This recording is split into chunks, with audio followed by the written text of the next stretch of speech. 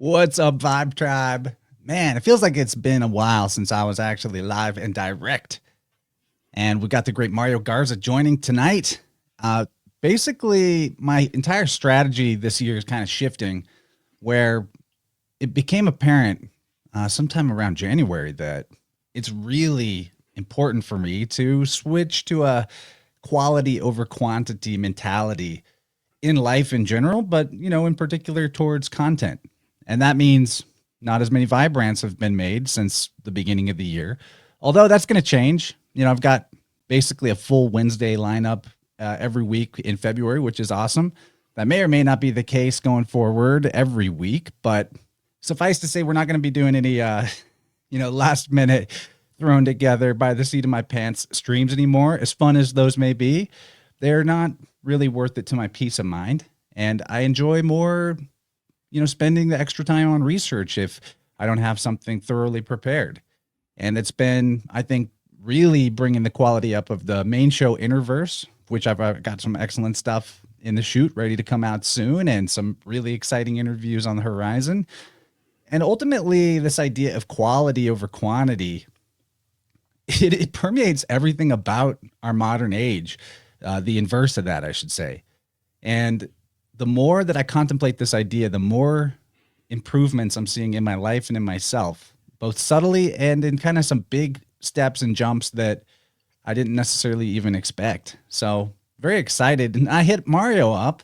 I wanted to get some Vibrants on the schedule. And, it's been a while since we talked to him, and I asked, what topic would you select? And wouldn't you figure he actually brought up this very idea, quality over quantity, and especially through the excellent writing of the occultimate esoteric hipster Rene Guénon in his book, The Reign of Quantity and the Signs of the Times, which I managed to get through reading all of it. And there's a lot to say. It's quite a dense tome, and I'm really stoked to talk to Mario about it. How you doing, man? Welcome to the show. I'm great, man. I'm impressed that you got through all of it. I don't know if you started recently when I sent you the copies or not, but that's pretty impressive. And yeah, you absolutely inspired this topic. I had been reading through the book. It took me a little while to go through it, and I got a lot out of it. And there's so much to talk about with it, right? It is very dense. A lot of people consider this to be his magnum opus. And when I was watching your show, and as I've overheard Michelle listening to the show too, I heard you mention a few times recently quality over quantity, and my ears really did perk up. And I'm like, that's right, exactly. And there's a few other people that I'm connected with online who've kind of been echoing the same sentiments. And I'm like, well, I mean, this whole entire book is really just an examination of this dynamic of quality over quantity or quality versus quantity. The whole idea that basically, things that are qualitative in nature and relate to essence or spirit really is falling by the wayside. And essentially that there's been a descent of sorts towards quantity, pure quantity. And I think you can really see that in the modern world with how people seemingly perceive everything. So I'm excited to talk to you. I've got a bunch of different notes, and I don't think we're really going to be able to, completely unpack this thing in one episode. We'll be scratching the surface. But since it's a fresh read for you, man, that's awesome. I haven't talked to anyone else who's read it yet. Oh, sweet. Okay, I'm going to be completely honest. There were a few chapters in the latter half that I skimmed. And if I was to give a critique to Guinan, why I called him the esoteric hipster is because he does a really great job breaking down what defines the Kali Yuga in this particular analysis of the polarity between quality and quantity in such a way that I came out of it convinced of the idea of the Kali Yuga in a way that I'd never been before. Mm. I'm kind of by default skeptical of cycles of time in the way that is presented by mythology and priestcraft, because one thing I've noticed they're consistently wrong about is cycles of time. They're always changing their mind and all that. And without having necessarily an idea of like the length of time or when a cycle begins or ends, the defining attributes of the Iron Age or the Kali Yuga, as put forward by Guinan, are solid, really solid, to the point where there's stuff that he talks about in here, from his perspective in the 40s, that have come to pass as if he was a prophet. And he Yeah, talks about right. prophecy being just like, being aware of the cycle. And it seems that he had some awareness of the cycle. Now, the chapters I skimmed had to do with him basically taking a big old dump on every other occult practice or psychological magical practice that existed in his time Hmm. with and unfortunately those aspects of the book is just kind of a lot of superiority dissing of other methods with a lot of like it's dangerous, you'll be influenced by lower forces, but Hmm. not really explaining how you'd be influenced or how to protect yourself from it or what a better practice would be in terms of psychosomatic healing or indigenous magical traditions and whatnot. So that part of the book I'm not so into. We don't have to really go there so much because it just was a lot of negation without any solution. Hmm. But the pattern recognition of the attributes of this quantitative culture are Hmm. off the charts accurate. Really, really amazing. Right. Yeah. No, I agree. He's given me a lot to think about.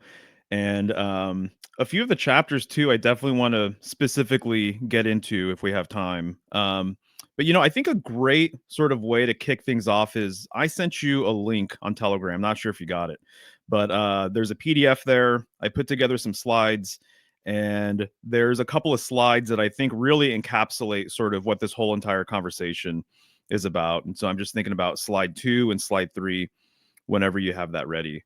Um, and I'll say too that just in case people aren't aware, I really got through Guanan through symbolism. And so I noticed that a lot of my symbolic dictionaries that I really gravitated towards would reference him quite a bit.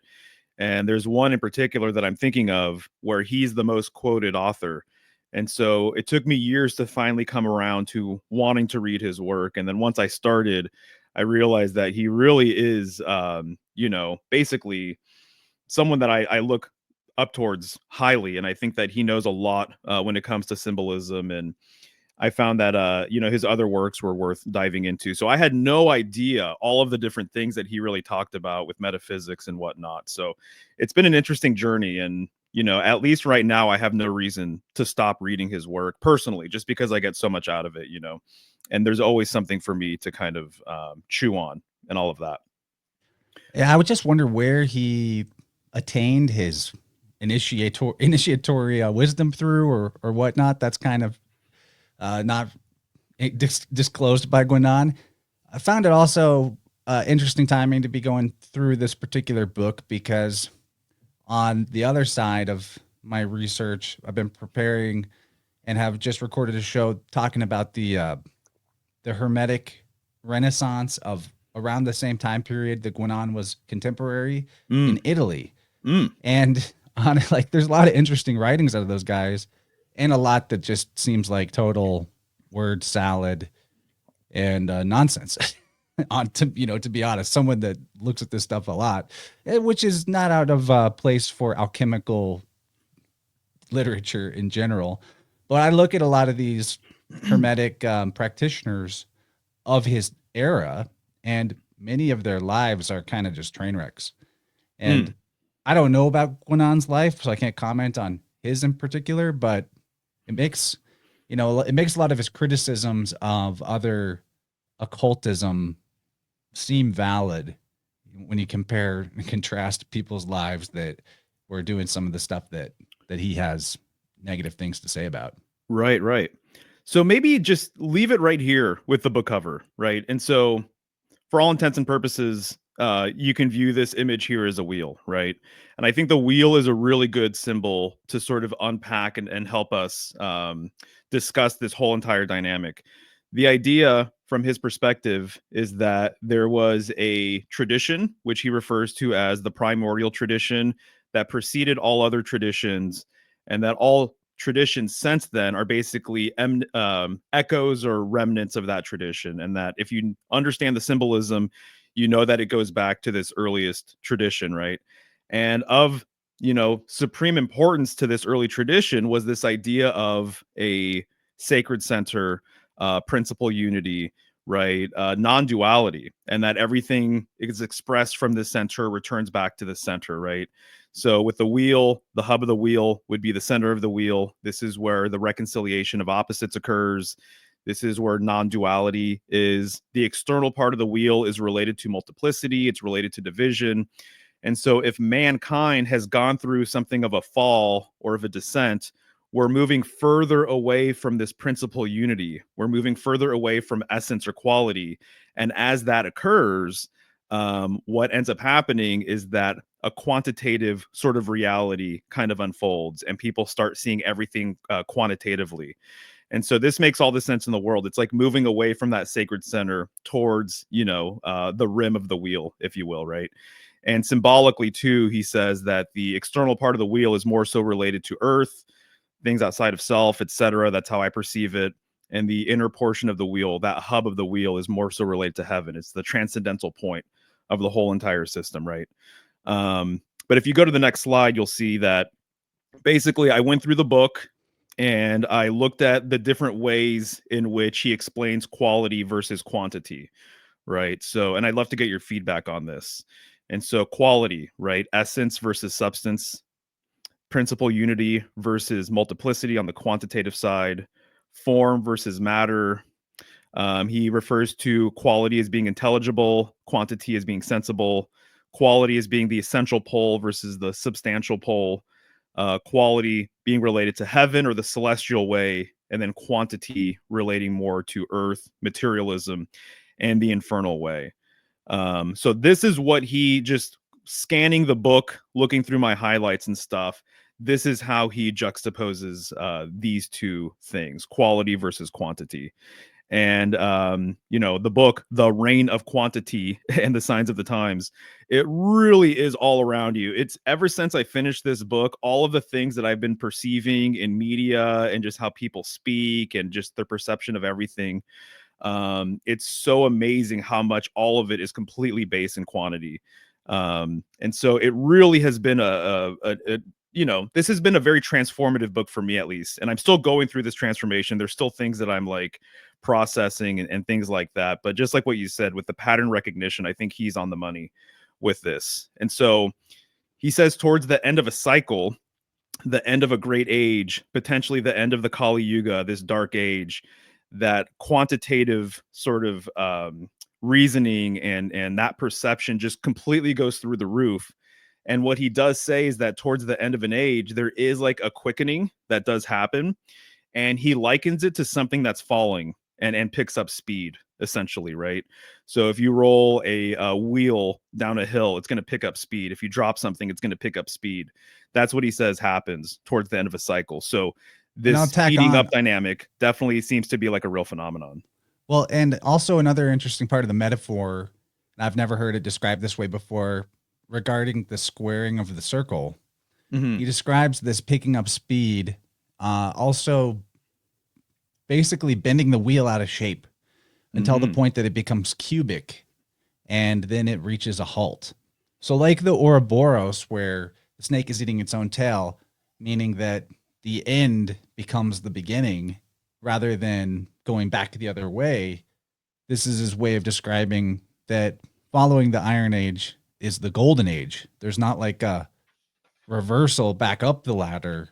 You come out the bottom to the top, but it requires the world to basically in an instant end and be recreated, which that's a little more abstract. We can, speculate on that as we go. But I find it fascinating that the entire premise is that this quantitative perspective that culture has become inculcated with is the cause of this fall. It itself is the cause.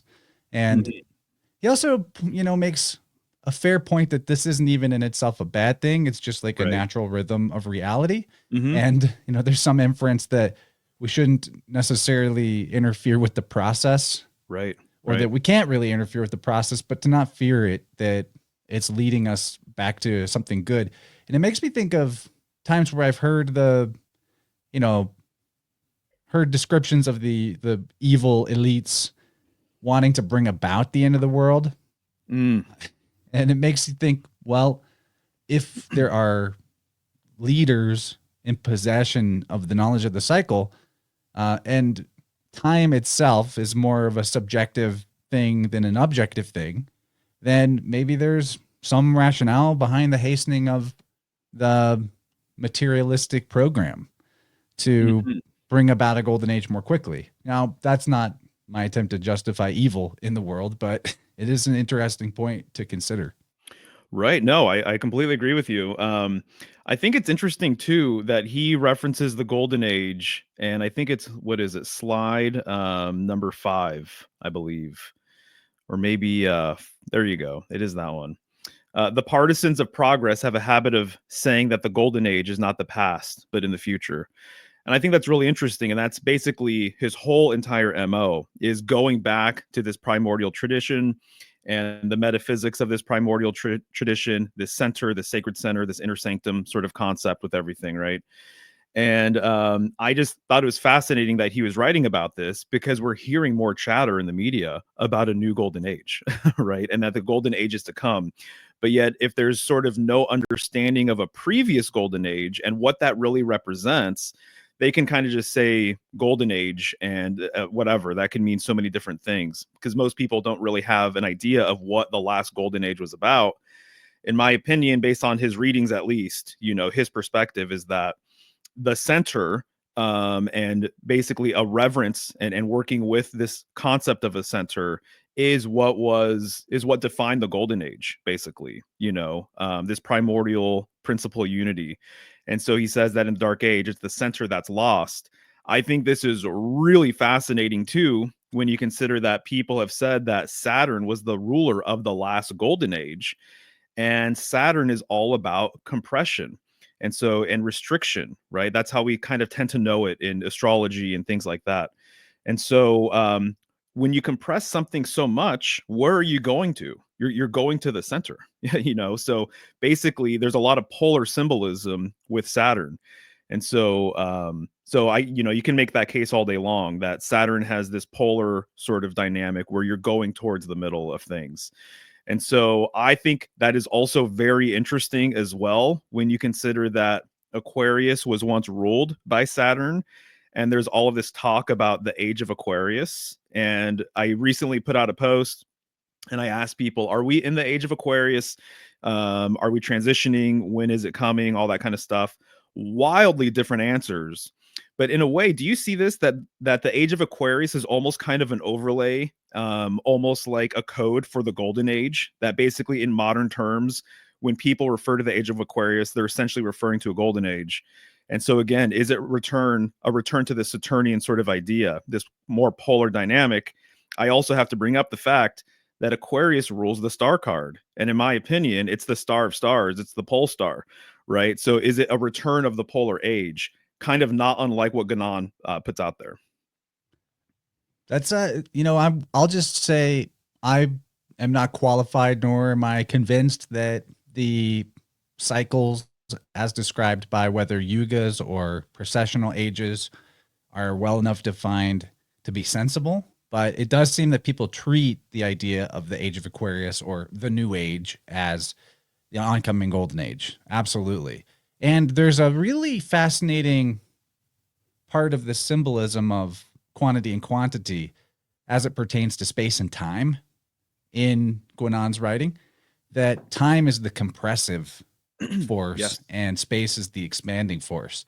And I'm getting kind of ahead of us, but or where we're at, but the aspect of the shift, you could say, where the wheel comes to a stop, where the circle becomes a square and it can no longer roll and everything halts and reboots, the great reset, has to do with like basically space or time has like compressed space down. The world's getting smaller, there's less potential, there's less unknown. And then all of a sudden there's a flip where all of a sudden space conquers time and time pauses more or less. And then that's the moment of the return of the primordial state, where everything in all potentiation exists in a singularity or an eternal moment. Man, re-recognizes his eternality, the flow of time, essentially, as it is a completely mental construct, like everything else in the reality being mental, is halted, and we more or less have a realization. Mm-hmm. But what's interesting about this is there's a paradox there around the individual and the collective, and like the positive individuation of basically being, the big C consciousness, cosmic consciousness, versus the individuation of modernity as it's presented. And I really want to make sure that we talk some about that. So, there's the science elements, or what passes for science, that we really want to unpack, and how the reign of quantity, it deludes those sciences. In particular, he says it is precisely in the reign of quantity that here it is. The pretended sciences, by leaving aside or even intentionally eliminating all that is truly essential, clearly prove themselves incapable of furnishing the explanation of anything whatsoever. And I think that, to really understand what he's talking about with essential versus quantitative, the idea of materialism is that matter is inert or dead, and that it has no intrinsic quality to it. And to bring everything back down to like the really or original aspect of this dichotomy, we need to remember that numbers, as the abstract quantitative idea that they're used most commonly in society to be, they do not actually exist. The quantitative is the illusory, which is why, as it becomes more and more prominent as the lens through which people see reality, people become more and more divorced from the truth. Right. Yeah. Right. Yeah. So there's no such thing as like 5 in nature in a quantitative sense, but in the Pythagorean idea of the qualities of number, those essences that are described by the integers, then there's something real. And that's what he means by essential, is the non-corporeal elements, the qualia of things, the not necessarily in a sensory way, but in a symbolic way, Mm-hmm. you could Right. say. Right. Yep. Exactly. I just have to point out, I think it's so interesting. You brought up the time dynamic and compression, and then it just makes me think of Saturn again, and Kronos, right? And how Saturnian symbolism really plays a major part in what's happening in winter. I'm thinking of Capricorn being ruled by Saturn, basically. I'm thinking of the fact that, based on the Gregorian calendar and everything else, like the new year takes place during this time of year. And then, of course, like I said earlier, Aquarius once being ruled by Saturn. And so to me, there's just like so many things kind of just going on with just that simple correspondence, right? That I think is really intriguing.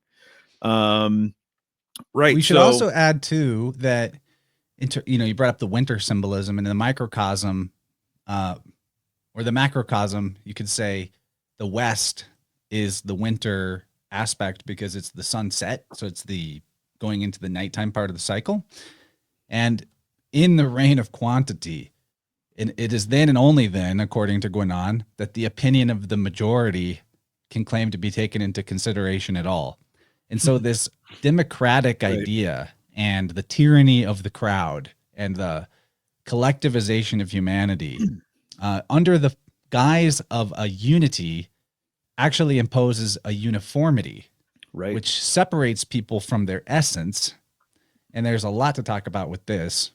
Yeah.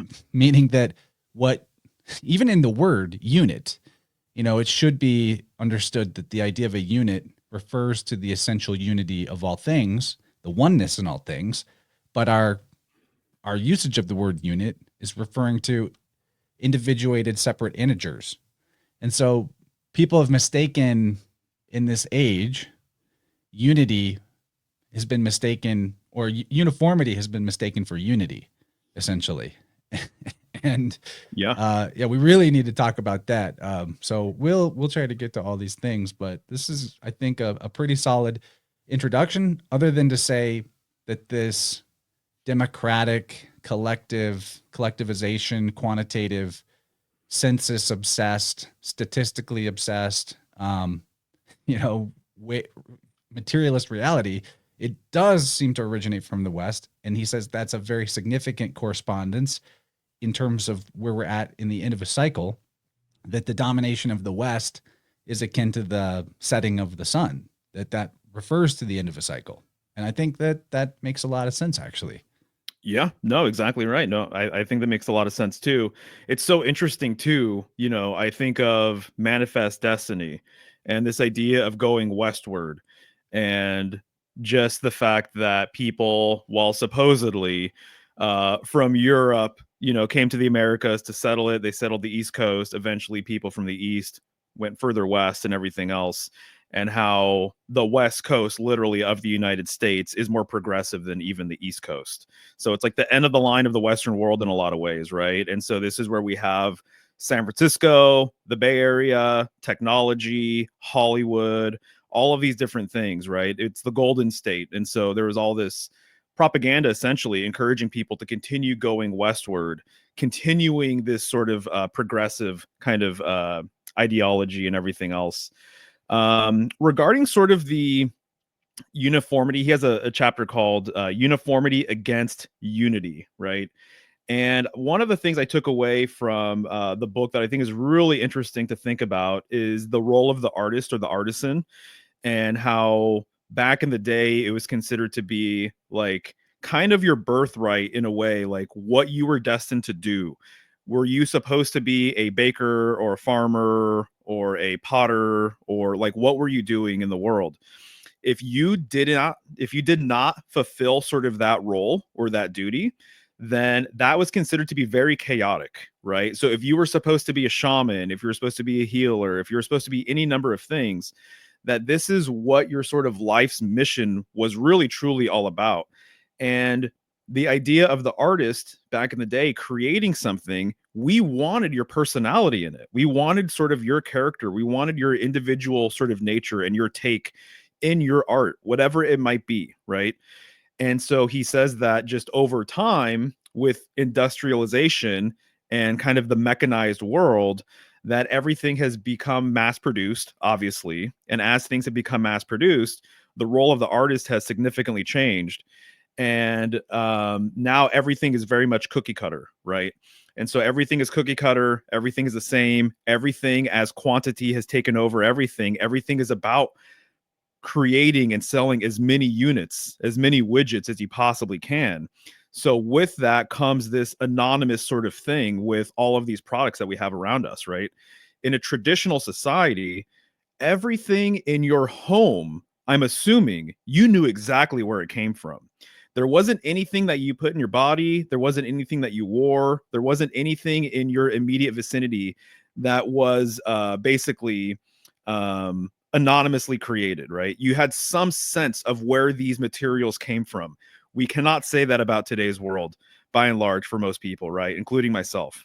And so I'm looking at all these things in my office right now. It's like I have no idea where a lot of this stuff came from, what country it came from, what materials it's composed of, anything like that.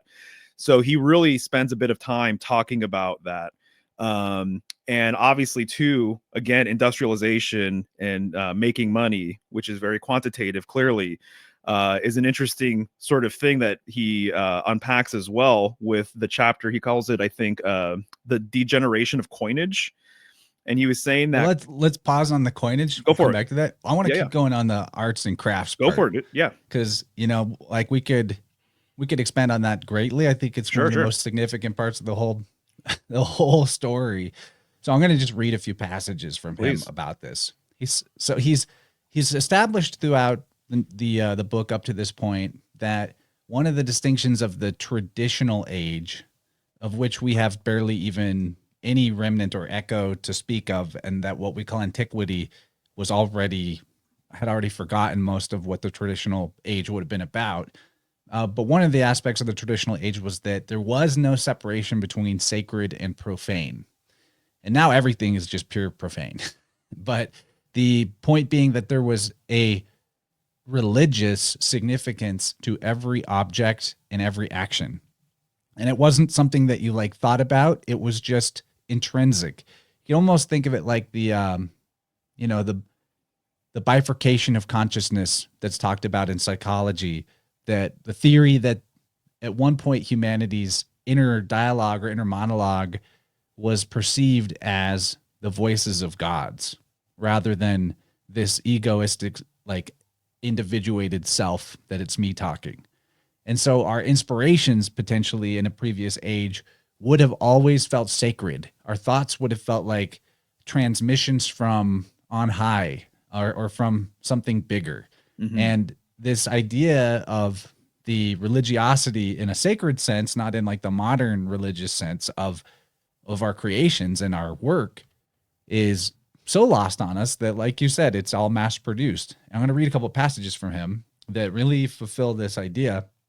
According to the traditional conception, each person must normally fulfill the function for which he is destined by his own nature, using the particular aptitudes essentially implicit in that nature as such. So this is where we get in the Kali Yuga the creation of castes. And the idea doesn't really fit that well because of the desacralization of so much of what, society has become. And we even look at the idea of castes as a negative concept, while at the same time, we're all striving theoretically to find a vocation rather than an occupation that allows us to express our soul's purpose. But anyway, he's talking about the particular aptitudes essentially implicit in the nature of a person where he must fulfill those, and he goes on to say he cannot fulfill a different function except at the cost of a serious disorder, which will have its repercussions on the whole social organization of which he is a part. And much more than this, if that kind of disorder becomes general, it will begin to have an effect on the cosmic environment itself, since all things are linked together by rigorous correspondences. Well, here we have a society where the reign of quantity is in full swing, and most people are doing a job that has nothing to do with the intrinsic qualities of their nature. Right. And I'm not like a green environmentalist warning you that the world's going to be destroyed. I don't think we can destroy the physical world or nature. But that being said, we have created a seriously disordered environment, at least in the areas in which we live and that we have any relationship to. So he goes on and says, according to the traditional conception, it is the essential qualities of beings that determine their activity. According to the profane conception, on the other hand, these qualities are no longer taken into account, and individuals are regarded as no more than interchangeable and purely numerical units. The latter conception can only logically lead to the exercise of a wholly mechanical activity, in which there remains nothing truly human, and that is exactly what we see happening today. It need hardly be said that the mechanical activities of the moderns, which constitute industry properly so called, and are only a product of that profane deviation, can afford no possibility of an initiatic kind, and further, they cannot be anything but pure obstacles to the development of all spirituality. And the last thing we should add to this is he does a great deal to explain how in this previous artisanal expression of humanity, that not only did the person express their essential quality through their work, but the work itself was imbued with that essential quality. And the uniqueness was an expression of the essential quality of a spirit, an actual authentic human being. He goes on to say, it may be remarked, referring to the machine age, that the machine is in a sense the opposite of the tool. And it is in no way a perfected tool, as many imagine, for the tool is in a sense a prolongation of the man himself, whereas the machine reduces the man to being no more than its servant. And if it was true to say that the tool engenders the craft, it is no less true that the machine kills it. The instinctive reactions of the artisans against the first machines thus explain themselves. So, man, this is such an important aspect of it all. Yeah, no, I completely agree. I have that highlighted as well, so I'm really glad you brought that up. What it reminds me of as well is this idea that every occupation, supposedly in the traditional world, was a priesthood. And so if you were, no matter what it was, right? Once again, if you were a farmer or a baker or you were a potter or something like that, there was basically a priesthood associated with that, right? And so I think of like the guild system, Like a right? guild, yeah. Yep. And so that is not the case anymore. And so a lot of people's occupations today are so new But they have unions, Mario. A lot of good those there do. you go. Yeah, exactly right. A lot of people's jobs are so new. There hasn't been time for there to be anything like that anymore. And of course, it flies in the face of traditional society, the way things are just done now, right? The other thing I think is really fascinating too with this previous sort of artisanal concept in these traditional systems is what he says is that people who imbued their spirit and their quality and their essence into their artwork didn't necessarily need or look for credit as well. That he was saying that, I believe, signatures and kind of putting your name on something is actually more of a modern concept. That as man has sort of fallen, now we want credit for things. But he says this was not the case at all, like in the previous ages, you know? So I think that that's a really interesting sort of idea too. But I can't not think of this priesthood thing with occupations and stuff. I think that is so fascinating, and it makes so much sense that everything was really kind of truly like that. And if I'm being honest, I'm grateful that I live in today's world, but I think about a lot of these concepts and it makes me kind of like long for something. You know, what a time to be alive when these things, where every single thing in your life mattered and had meaning. And just like what you're saying, people didn't necessarily even think about it that way. But literally everything you wore, how you kind of like went throughout the day, how you spoke, what you read, your different holy days, all of this stuff, it was all imbued with meaning. And it's to the point that it's incomprehensible to moderns. Yeah, exactly. It's true. And we're just trying to figure it out from our quantitative mindset, like, well, this must equal this. And you're trying to boil it down to definitions.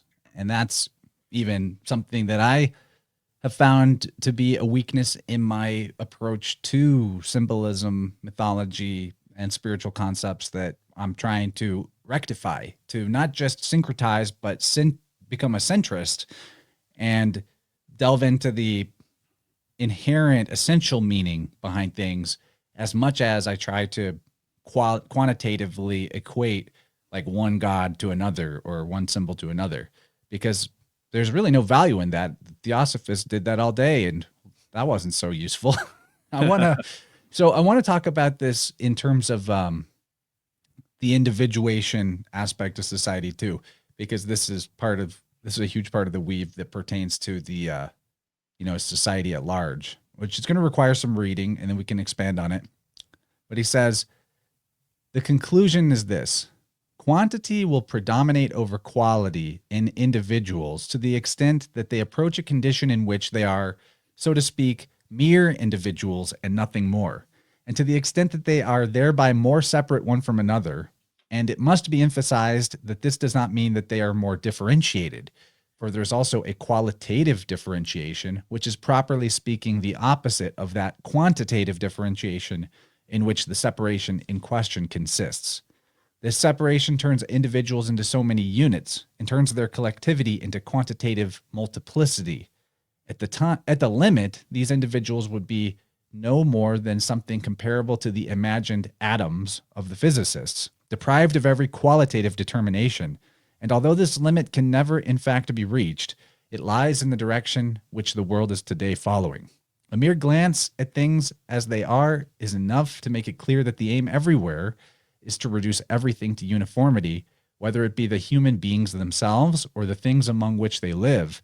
And it is obvious that such a result can only be obtained by suppressing as far as possible every qualitative distinction.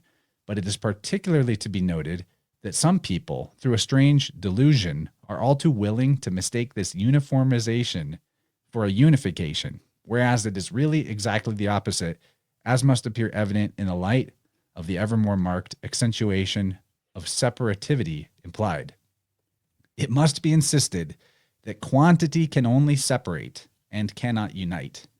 That's the that's the last part that needs to be comprehended. Like uniformity is separation, which seems like paradoxical, right? But the more we basically emulate the crowd or allow the crowd to um, influence our sense of identity and self, the more separate we feel. And I think the obvious example of that in terms of the extreme is the modern left, you could say, which symbolically is the lower half of this polarity in terms of the yin and yang in the first place. That and they talk all the time about democracy and unity and these type of things, but they're all absolutely uniform in their opinions, and they're all completely separate and depressed from their isolation to the point of like, they're shut-ins and they still wear masks right now and things like that. Right. Yeah, exactly. And so, and where are, where does liberalism really take hold and kind of a lot of the new sort of ideas and concepts with the left? Like, where does it come from? The left coast, the West Coast, and, obviously just kind of what I mentioned earlier regarding the Bay Area and all of that. No, that's exactly right. And so, the fact that we're all assigned numbers too, obviously our social security number, and the fact too, what was I just going to say? Oh, census taking. He talks about that as well. Kind of this obsession with census taking and making sure that we have everything sort of accounted for and all of that. The legal world, I think of like receipts. I think of documentation, of paperwork. I think of too, even just our computers and phones. It's like our phones are little number generators. That's pretty much what they are, and they're in our pocket, right? But yeah, I think this idea, the uniformity, kind of having a different, meaning behind it than what people sort of realize makes all the sense in the world. Because what he really says is that if there's uniformity or this idea of uniformity, then there's actually no real hierarchy. And in his world, this idea of a spiritual hierarchy is everything, that there is actually a sort of apex, or there is this supreme unity, right? So that would be the very top of the pyramid. So if everything's flattened out, there is no spiritual hierarchy to speak of. And it's got me thinking, some of these ideas have got me thinking about the idea of as above, so below, and how we first say as above, so below, not so below as above, because in Guanon's world, basically everything is a descent from this higher order, from the top of that pyramid. Right. And so, opposed to materialism that says it's particles that build up from the bottom up. Right. Yeah, exactly. And so, and again, this hierarchy, using the wheel as a metaphor, would be the center of the wheel. Maybe actually, unless you have anything else that you want to riff off of, you can actually show a couple of the images towards the end of my slide show there. So I'm thinking maybe like number 11, and then we can kind of go from there.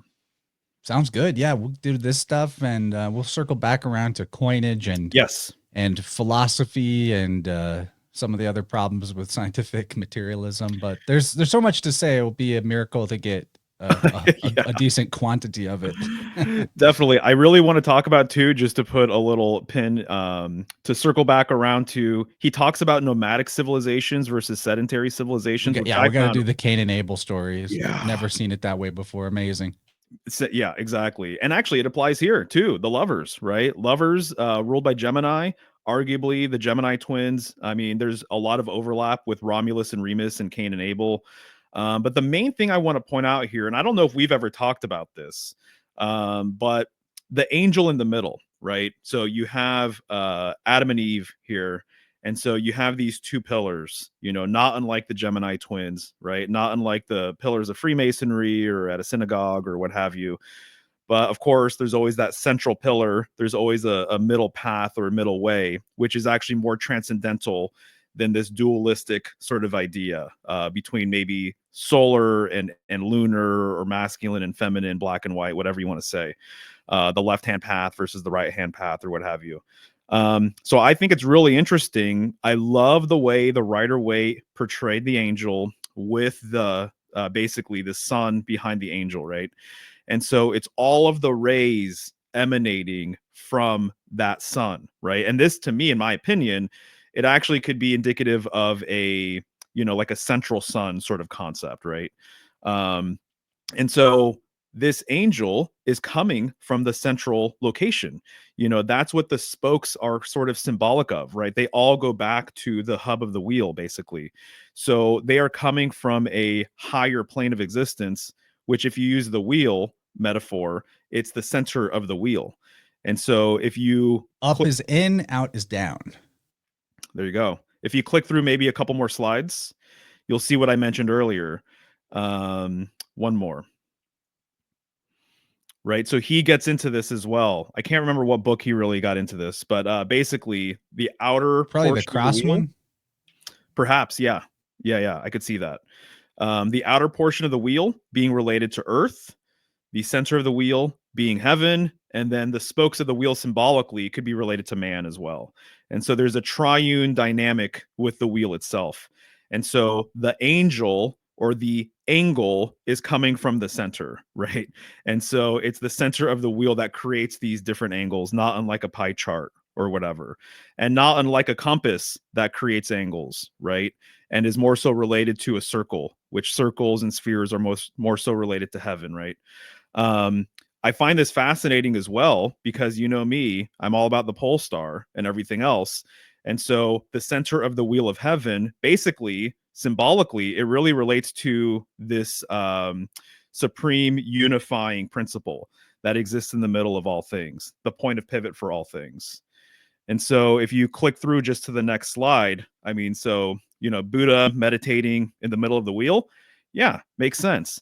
Non-duality, right? Supreme unity, principal unity, whatever you want to say. This is And what I he saw on DMT back in the day. is that right?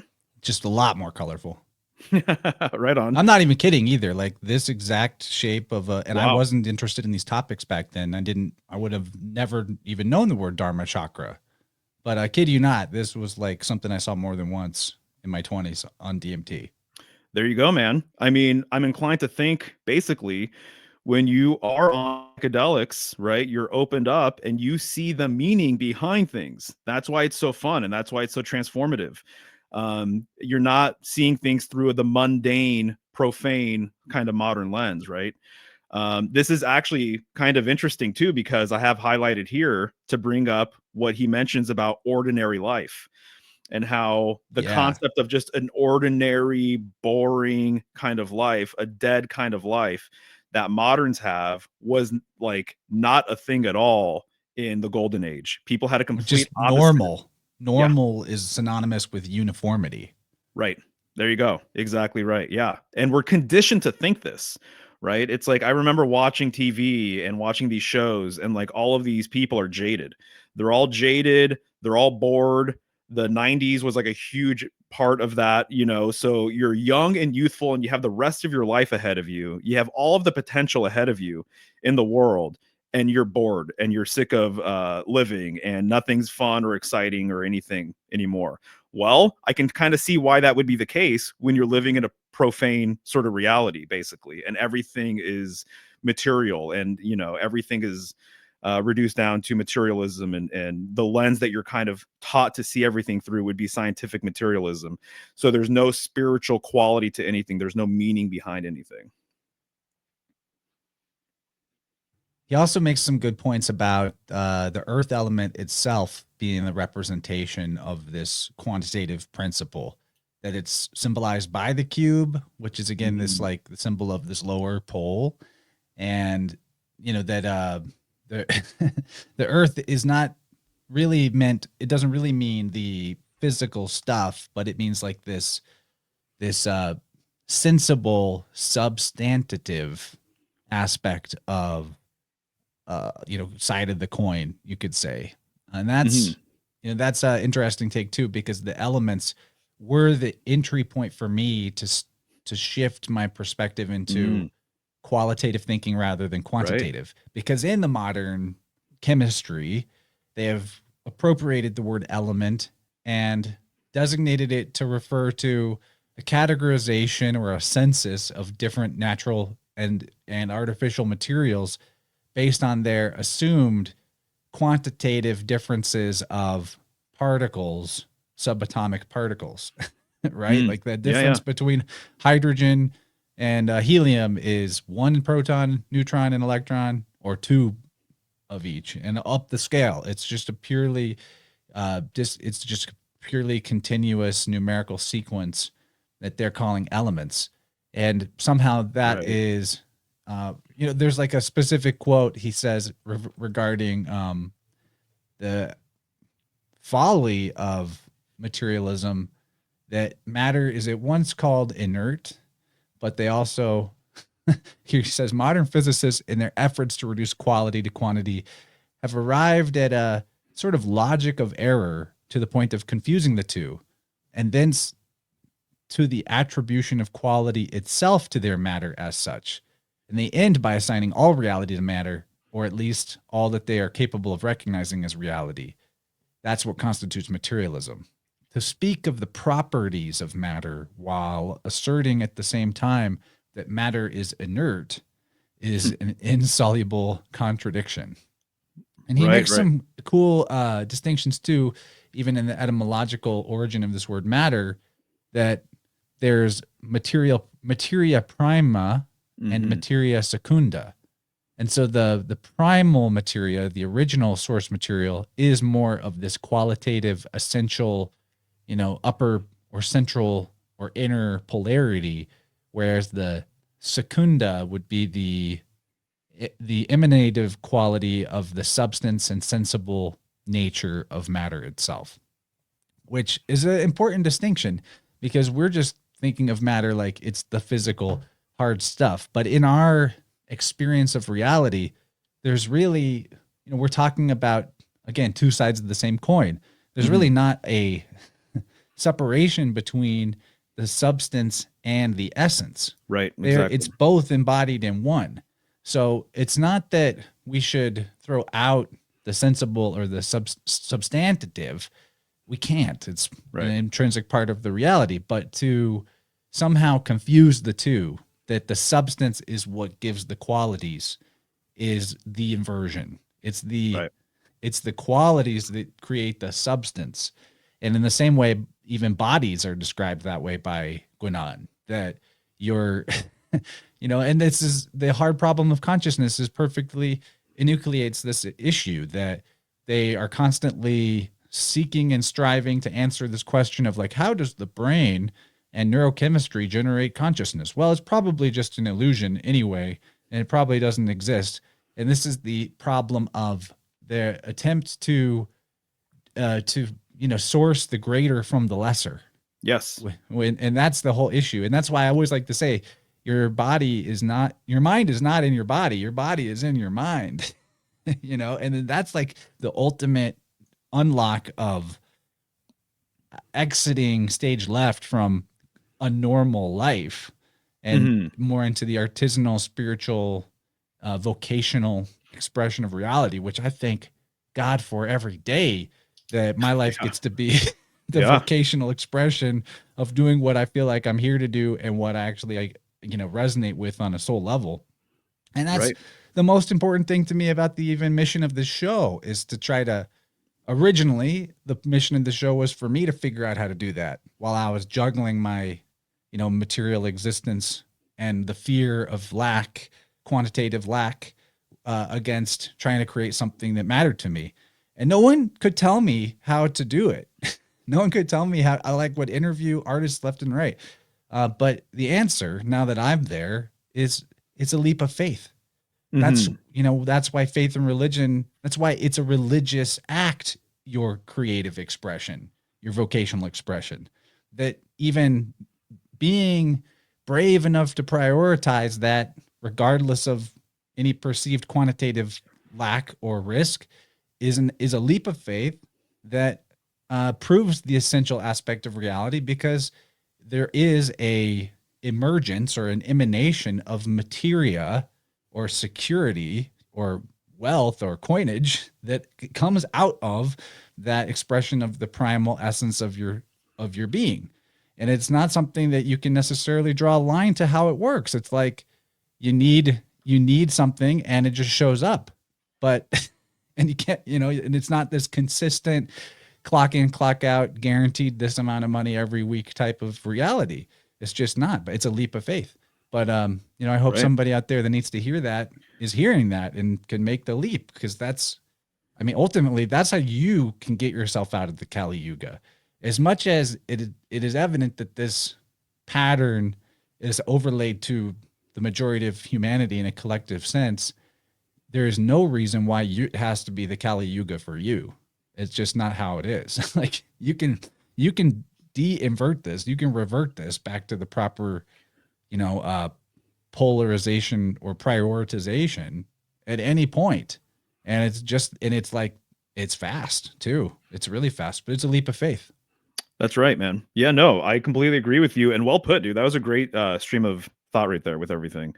Because I do have here too, prosperity, abundance, being on the qualitative side, scarcity, right, lack, as you put it, on the quantitative side, and it kind of reminds me of a Bob Marley quote, and he said something along the lines of like something about numbers, and that if you're chasing numbers, you're never going to be happy because numbers never end, basically, is what he's saying, right? So it's really interesting that we're talking about this wheel dynamic. And so that's right. If you have $1 million, you're probably going to wonder, hey, what would it be like to have 5 million? And then once you have 5, 10 and 20 and whatever, it never ends, basically. And so this is his whole entire framework, is going back to that center, right? Versus just constantly expanding outward and searching for external validation or what have you, things outside of self.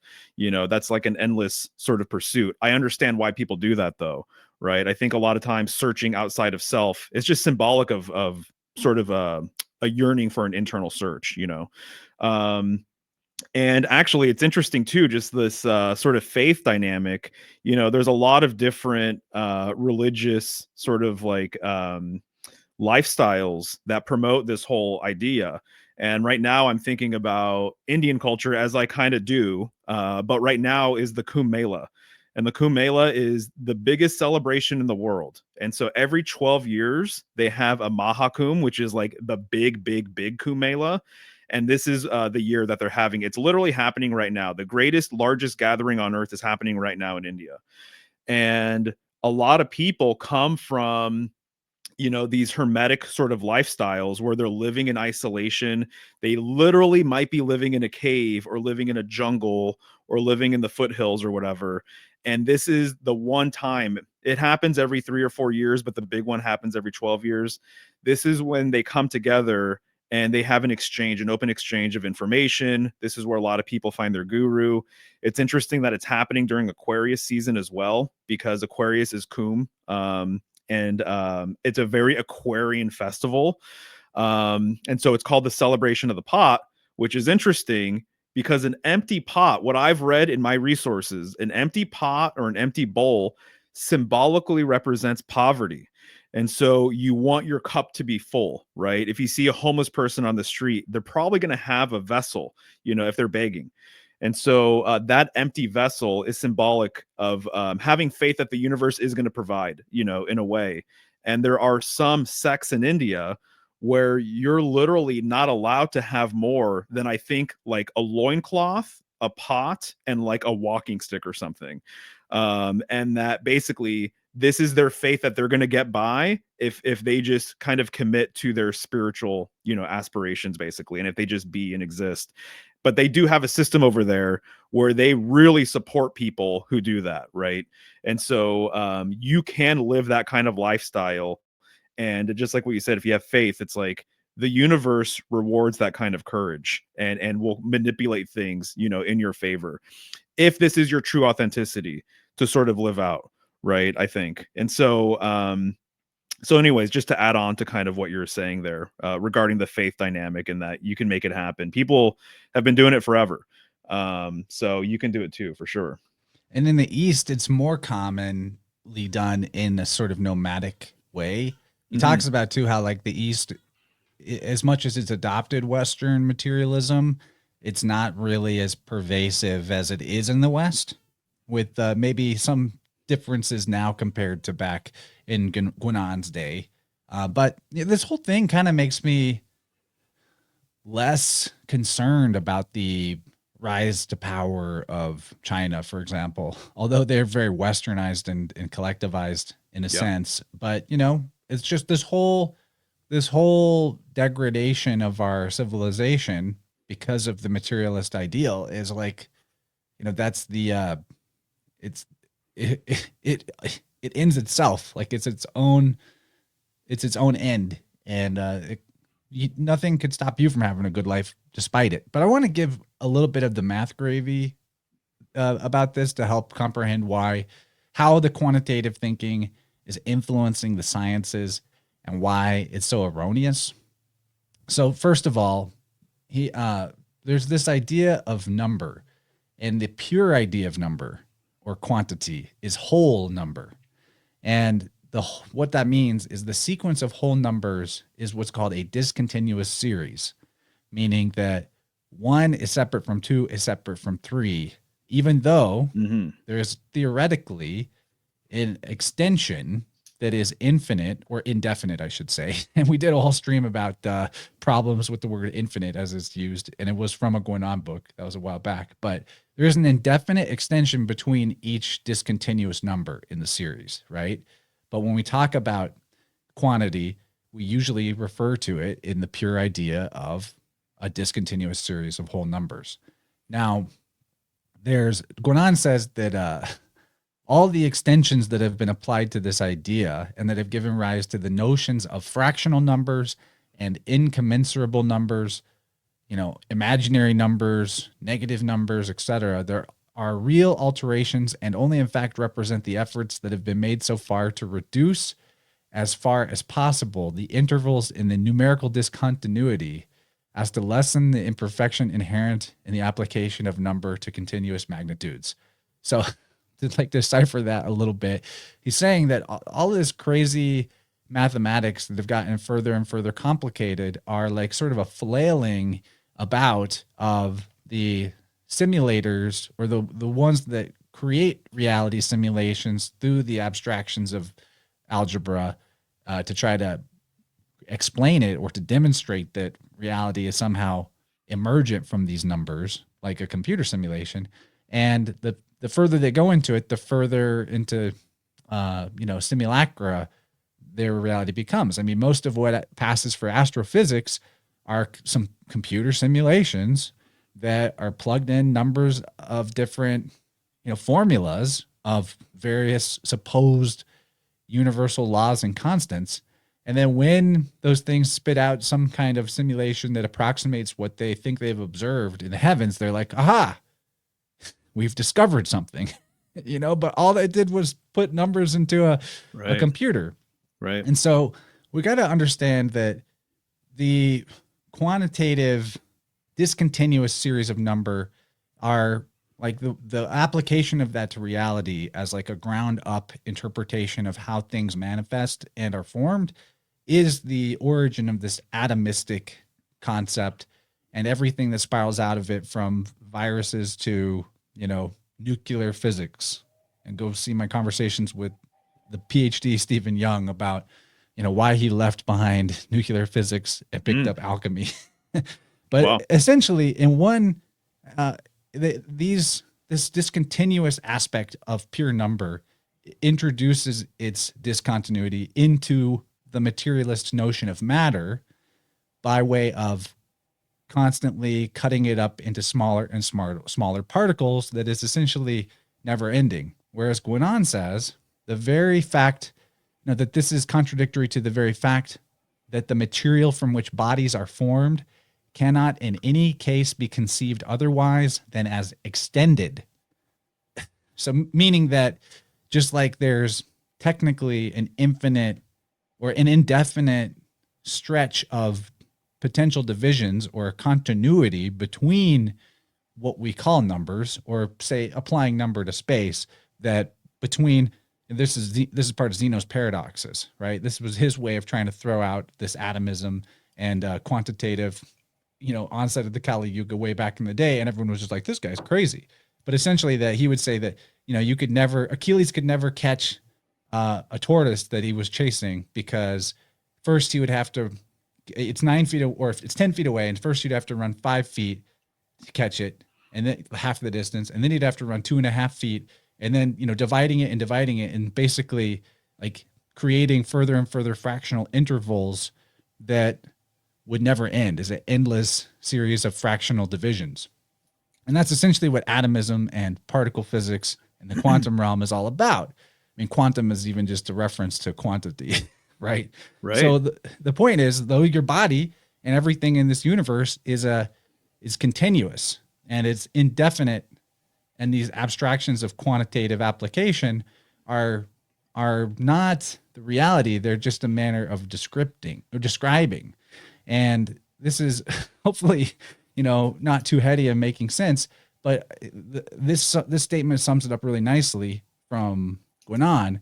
Quantity is never really that which is measured. It is, on the contrary, that by which things are measured. And furthermore, it can be said that the relation of measure to number corresponds in an inversely analogical sense to the relation of manifestation to its essential principle. So quantity is never really you're never actually measuring quantity. You can't measure quantity. Quantity is what you measure with. It's not the thing you're measuring. And that's the big that's the way that everybody's backwards in the mainstream, right? Oh yeah. Yeah, absolutely.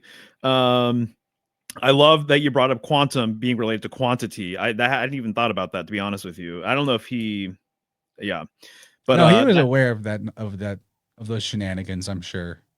Right. Because I wonder, even when quantum as like a term even became a thing. I don't know if it was starting to gain, steam around the same time as the special theory of relativity, which he also criticizes. Gotcha. That's an excellent point, dude. I love that.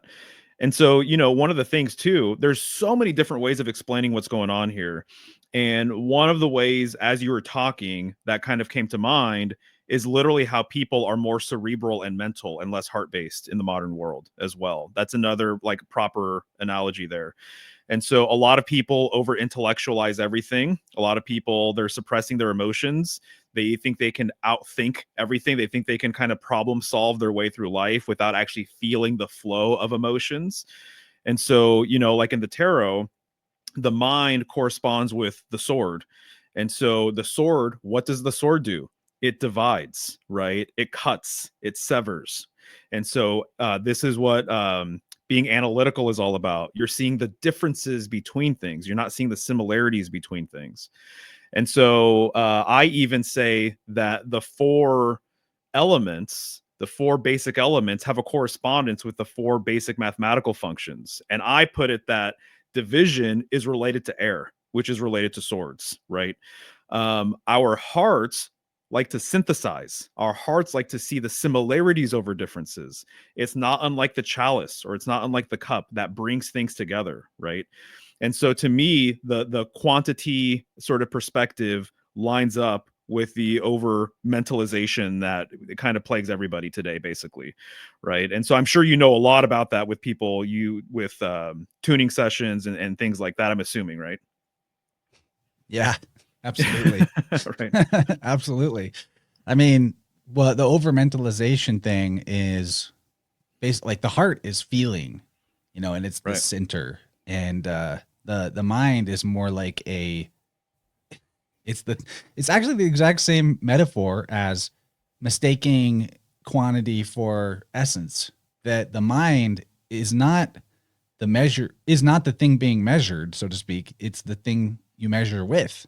And the thing that's actually the essential aspect is the feeling, right? And if you're just strictly in the mind and you lose track of feeling, well, then that's the first step towards the uniformitization and the acceptance of a like despiritualized experience or a roboticized experience that, that's everybody's job. Everyone's interchangeable. You just take the training and follow the instructions. I mean, that's a big part. Actually, this is interesting. A big part of tunings in Aquarius season, I always notice particular themes that come up when the sun changes a tropical sign. And one of the most common themes in sessions since we went into Aquarius is uh, people needing to have a reset on their sense of inner authority, you could say, or heart driven authority. That people's issue that was common between many sessions is the looking external for approval or to be told how to do a thing or for the instructions or did I do it right, you know? And this statement I'm about to say, it sounds like blasphemy to most people out there, especially those of the religious mindset in the age of materialism in the Kali Yuga, the sort of, anti-traditional religious mindset, as Guanan would put it.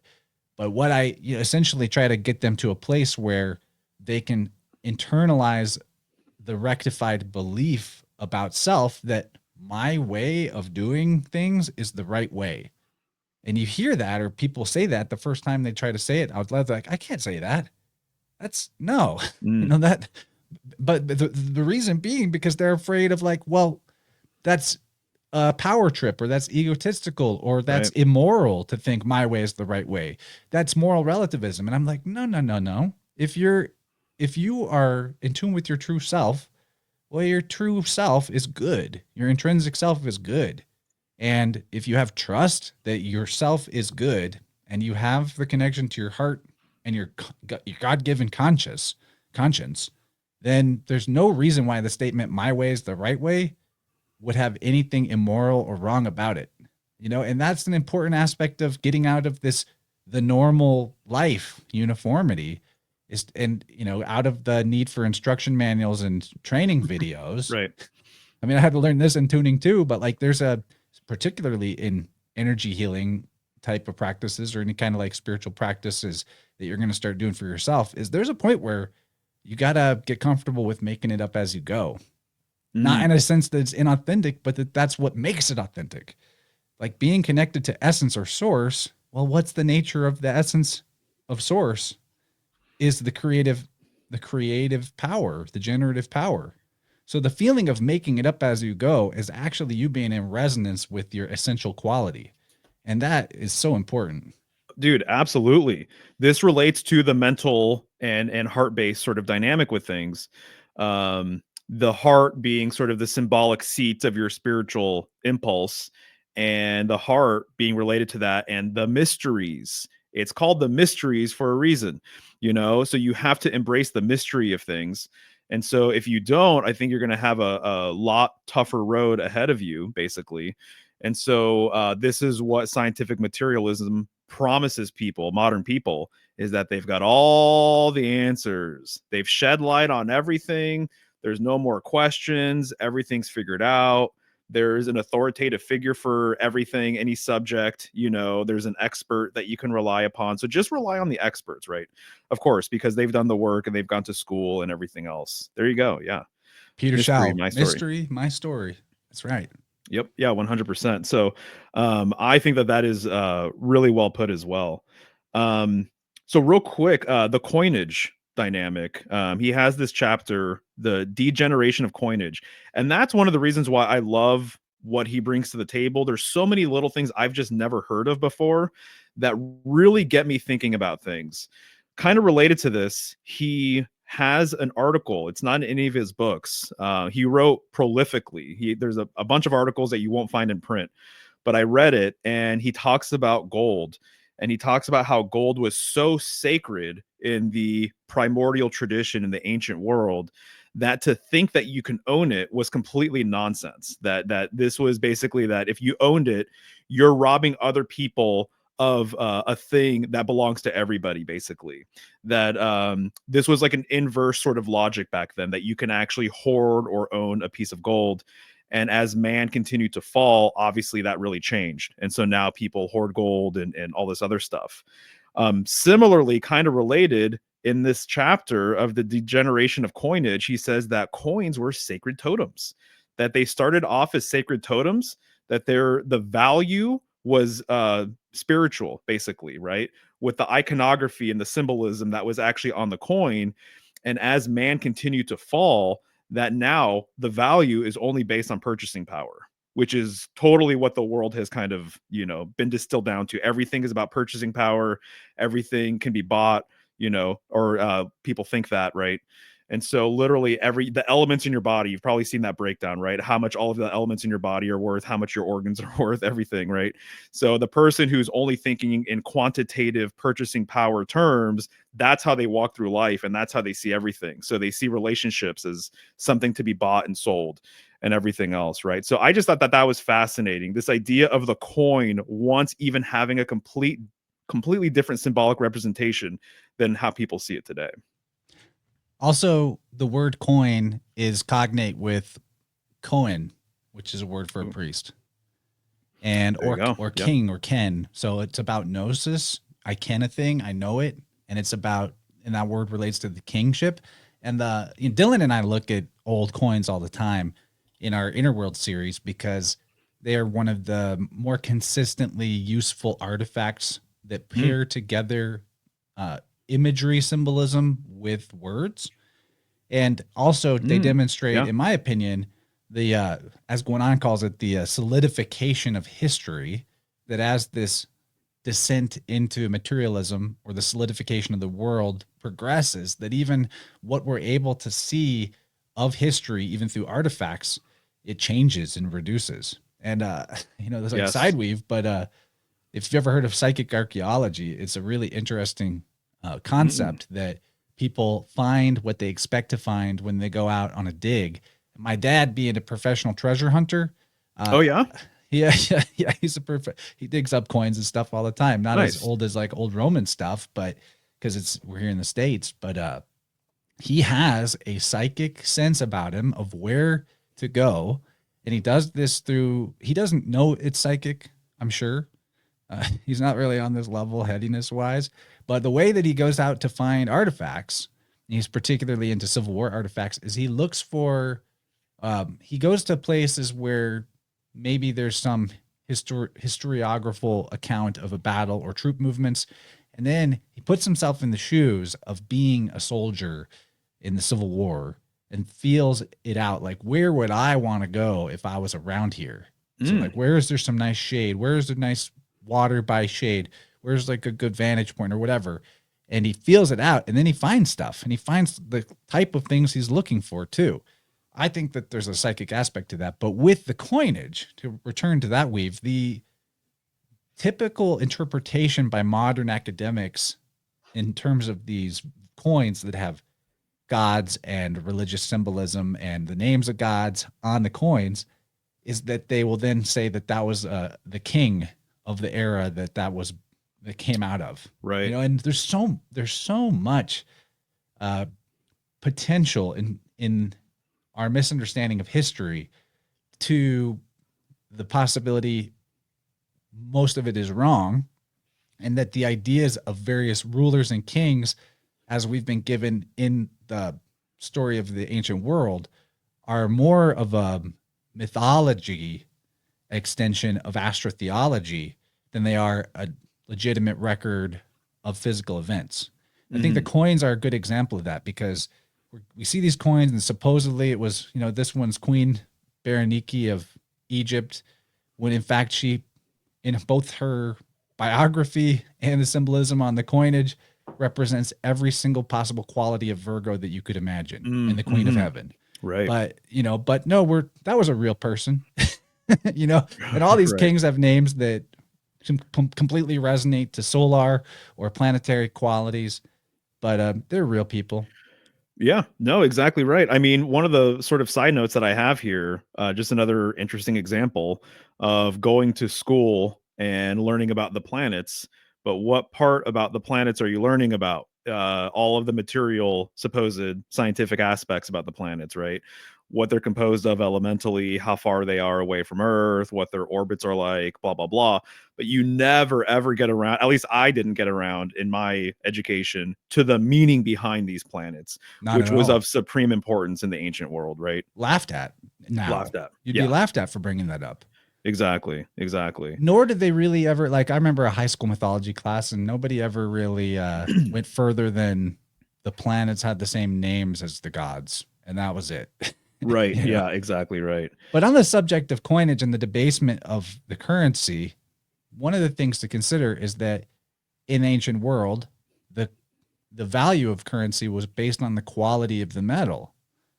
And now there's this weird pseudo echo of that, as Guanan predicts actually that the debasement of currency and the quantitative expansion of currency will eventually uh, make it become non-existent in sort of a microcosm of the way that the materialist or the quantitative philosophy will remove its own self from existence eventually. Right. Yeah. And he was not aware, but like the old world, what clued you into the quality of gold in a coin was you bit it. You bite it. It's soft enough to bite, then you know that you got a gold coin. Now we have Bitcoin, which is Right, yeah. the logo for which is a gold coin, but it's completely digital. There's nothing physically there.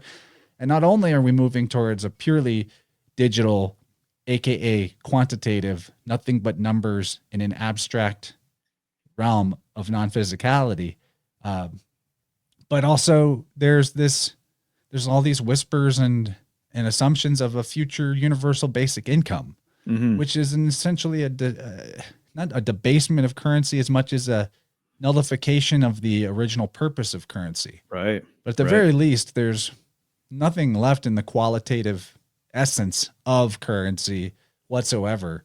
It's just inert paper or common material alloys with nothing precious in terms of the qualitative metals in play. So that's interesting. No, you're exactly right. Exactly. One thing I was just going to mention regarding metal detecting, right? That's what your dad does. Yeah. There's a guy on YouTube. I thought it was a really cool technique. I saw this years ago, and I thought it was interesting. And what he would do, he would go out with tuning forks, or no, excuse me, what are they called? The rods, dowsing rods. Dowsing rods, yeah. And so he would go out with dowsing rods, and he would use that to find a location on where he should actually detect. And, he could have been making up his process, or that he could have buried coins, or who knows what, edited to make it seem like he was right on the money with that. But that was his thing. And apparently it worked out really, really, really well for him. And so I think that that's kind of a cool technique. I can see myself getting into this at some point. Metal detecting. Anybody can use dowsing rods. There's no qualification necessary.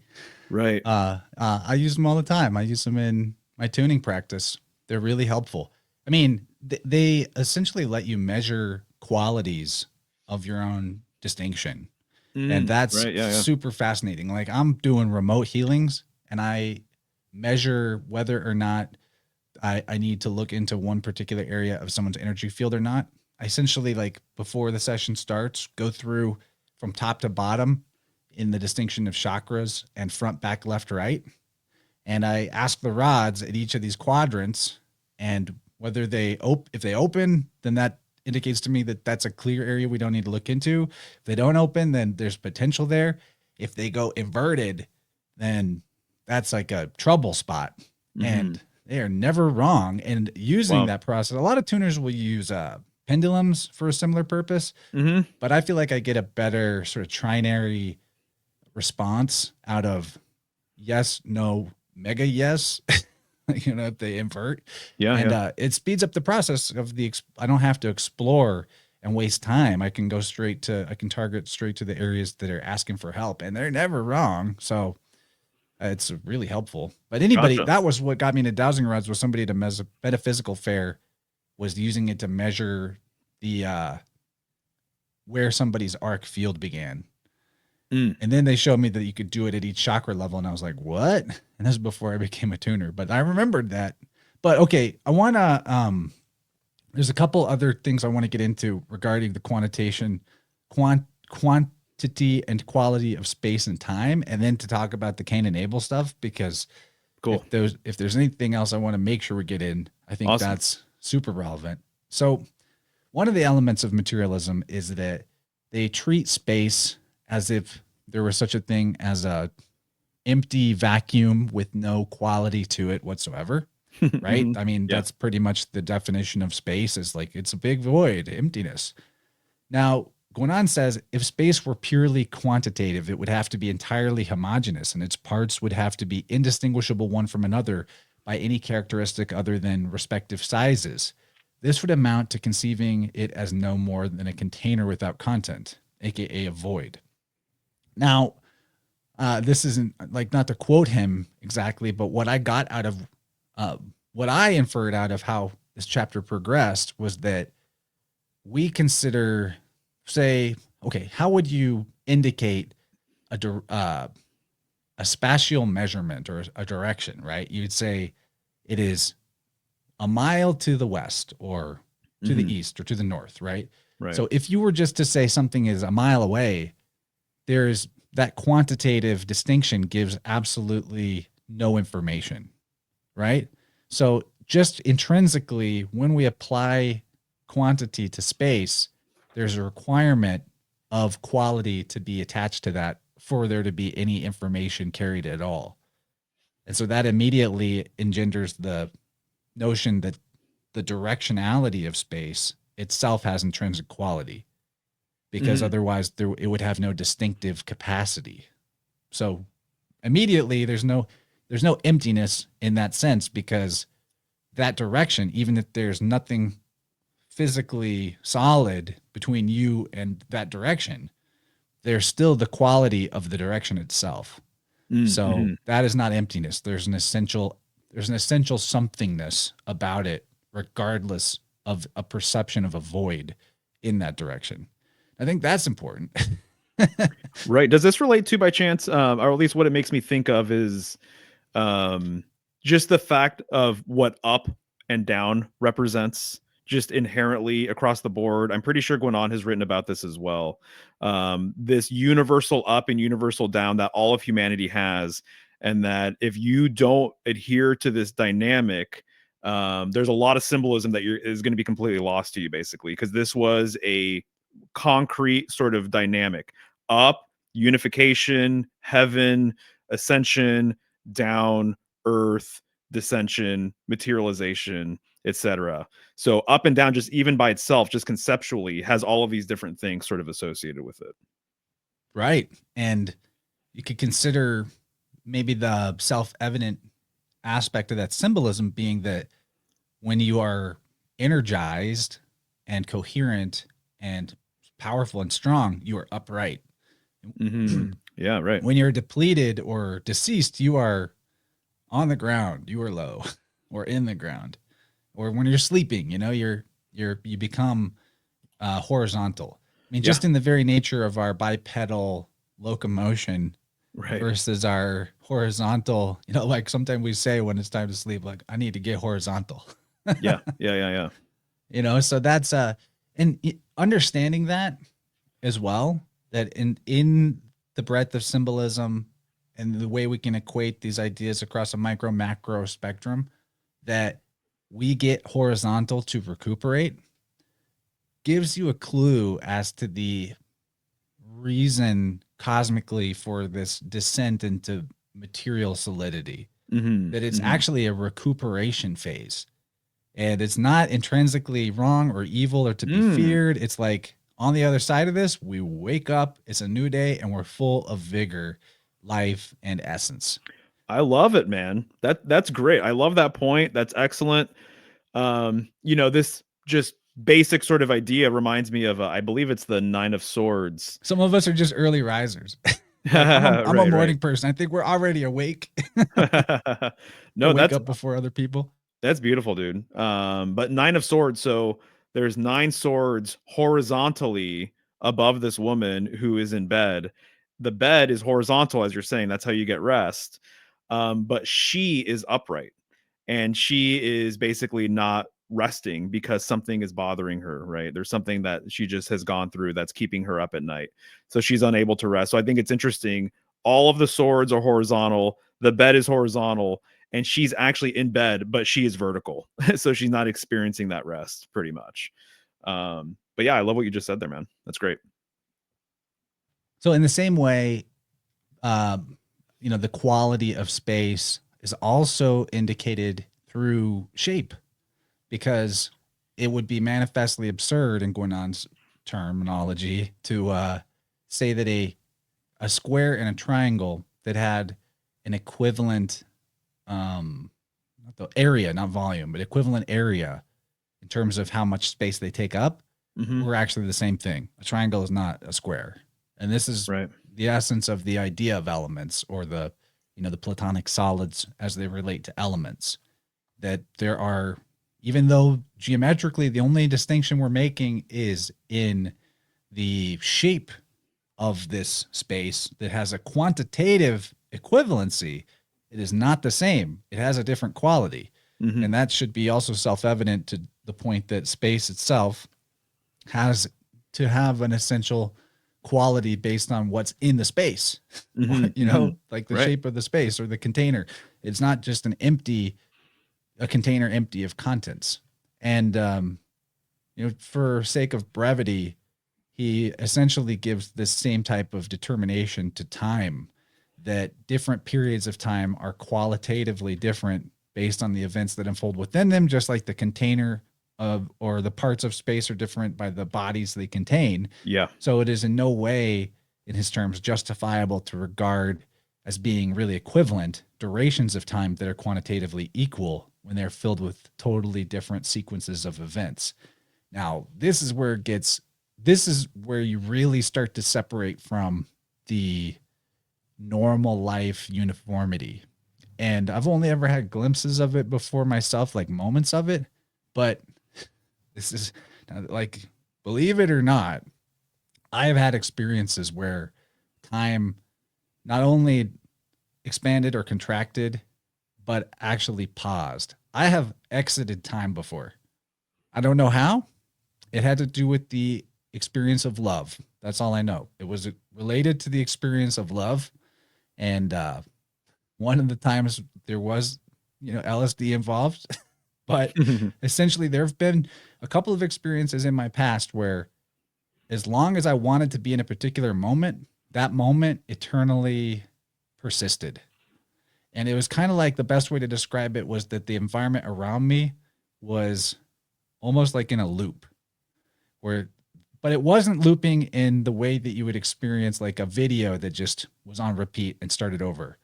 It's harder to describe than that. And in fact, if I in the moments where I started to try to go back into the discernment of the events around me, was part of what took me out of that eternality. Yeah. There But you go. essentially, it's like, as long as I wanted to be in it, I could stay in that moment perpetually. Hmm. And Booty Yoga gets it. He's been there. It's a thing. Oh yeah. I mean, to use the wheel metaphor once again, when you get to the center of the wheel and you're the unmoved mover, the wheel spins around you. You're in the middle, and that is immutable, and it's outside of time. It's timeless, essentially. That's my understanding of things. And so it relates to this non-dualistic center, and you got there, and so that's beautiful. Accidentally. Accidentally, yeah. And you could do it intentionally though. But I imagine that this is what Guanan is trying to describe when he talks about the the eternal instant of the shift out of the Hmm. Kali Yuga into a golden age again. Right, right. And if the world as we know it would kind of cease to exist if we froze time in that way, because everything about how our world works is based on this quantitative, what day is it today? What's happening today? Type of thing. Now, the other element of this is how the Yuga cycle, they're described in the Pythagorean Tetractys as being, the golden age being a 4, the silver age being a 3, the bronze age being a 2, and the iron age being a 1. Hmm. And I think this is kind of reminiscent of the way that as you age, time seems to speed up. Yeah, There's exactly. it's Yeah. and the time has this compressing effect. But on top of that, now this is sort of the uh, philosophical way of describing the qualitative distinction in time from one era to another, which is important. That one stretch of time is not the same as another stretch of time. Anybody that's been to a really badass music festival knows that a weekend like that feels more like a full week, or maybe more in terms of the amount of time that it feels like you have there. Right, right. Yeah, exactly. You know, to me, what it reminds me of, and I've been talking to Emily Moyer about techno music and rave culture and sort of things like that. It reminds me, it's almost like every rave, every show like that is a pilgrimage location. You're taking a pilgrimage to this sort of sacred center and you're looking for a transcendental experience. That's what a pilgrimage is all about. Generally, the pilgrimage location is where you believe heaven and earth meet. And it's really interesting that she has exposed me to some DJs and some like different scenes within that basically embed like polar symbolism into like the artwork and the music, like very overtly. It's not even like that hidden actually. And so you're going to a spiritual pole basically, right? And so I'm not surprised what she's told me about her experiences and like what you just said right now. It's like you're in the middle of the wheel. That's where you're going to. So, and it could be anything. It's like people make up their own pilgrimage locations too. You know, someone might need to visit this mountain, and to them, that mountain means the world to them, right? Or a lot of times too, even if you don't have like a religion that you belong to or a thing like that, oftentimes what I think your birth location or where you considered your childhood to kind of like take place at, a lot of times that's where you go back to when you die. And when people are kind of reaching the end of life, that is basically sort of their spiritual pole. Like they want to die in their hometown or in their home village or something along those lines. So I've been thinking just about the Elephant nature. graveyard. Elephant graveyard. Yeah, exactly. So that's very interesting. So the whole thing with Cain and Abel and how it relates to space and time is Well, can I set that up one thing? I Phil. want to Yeah, of set that course. up because Absolutely. okay, there's also I've talked about this a lot in the past, so I will make it a little brief, but we only have one word for time in English, but the ancient Greeks had at least two words for time, chronos and kurios. Mm, Interestingly, kurios is almost the exact same word as sun, which is symbolic of the sacred center, the solar point, yeah. especially Guanan even calls it that. The six rays emanating from the center or the cube, if essentially of the material world, are the directions up, down, forward, back, left, right, with the seventh point in the middle, and Hmm. that's the solar point. Now, so the word kurios means Lord, means Son. You know, it's in the Bible. It's what they call Jesus, but it also, with just a slight variation in spelling, but basically pronounced the same way, it means time experienced subjectively. And Mm, so the important thing about this is the chronos time, as a distinction, is the compressive time. And what causes time to compress or feel like we have less and less of and like it's always running out, is the uniformity of our life. So if we're clocking ah, in Monday through Friday, doing the same thing all week, watching the clock ready to get out of the job, you know, that hamster wheel rat race type of life, that's where things speed up and before you know it you blink and your life's over. And then the example of like rave culture or music festivals and how time dilates or expands in those experiences. This is the subjective time where the novelty is what creates the expansiveness, where space starts to take over time because you're exploring space rather than confined and compressed into a single space. And this is where the Cain and Abel metaphor starts to come into play between the nomadic and the agrarian. But suffice to say, the more novelty or differentiation you can bring into both the space that you're in hmm. and Yeah. the qualities of what you're engaged in, the less the you will, the less time will compress in on you. The more you'll experience subjective time.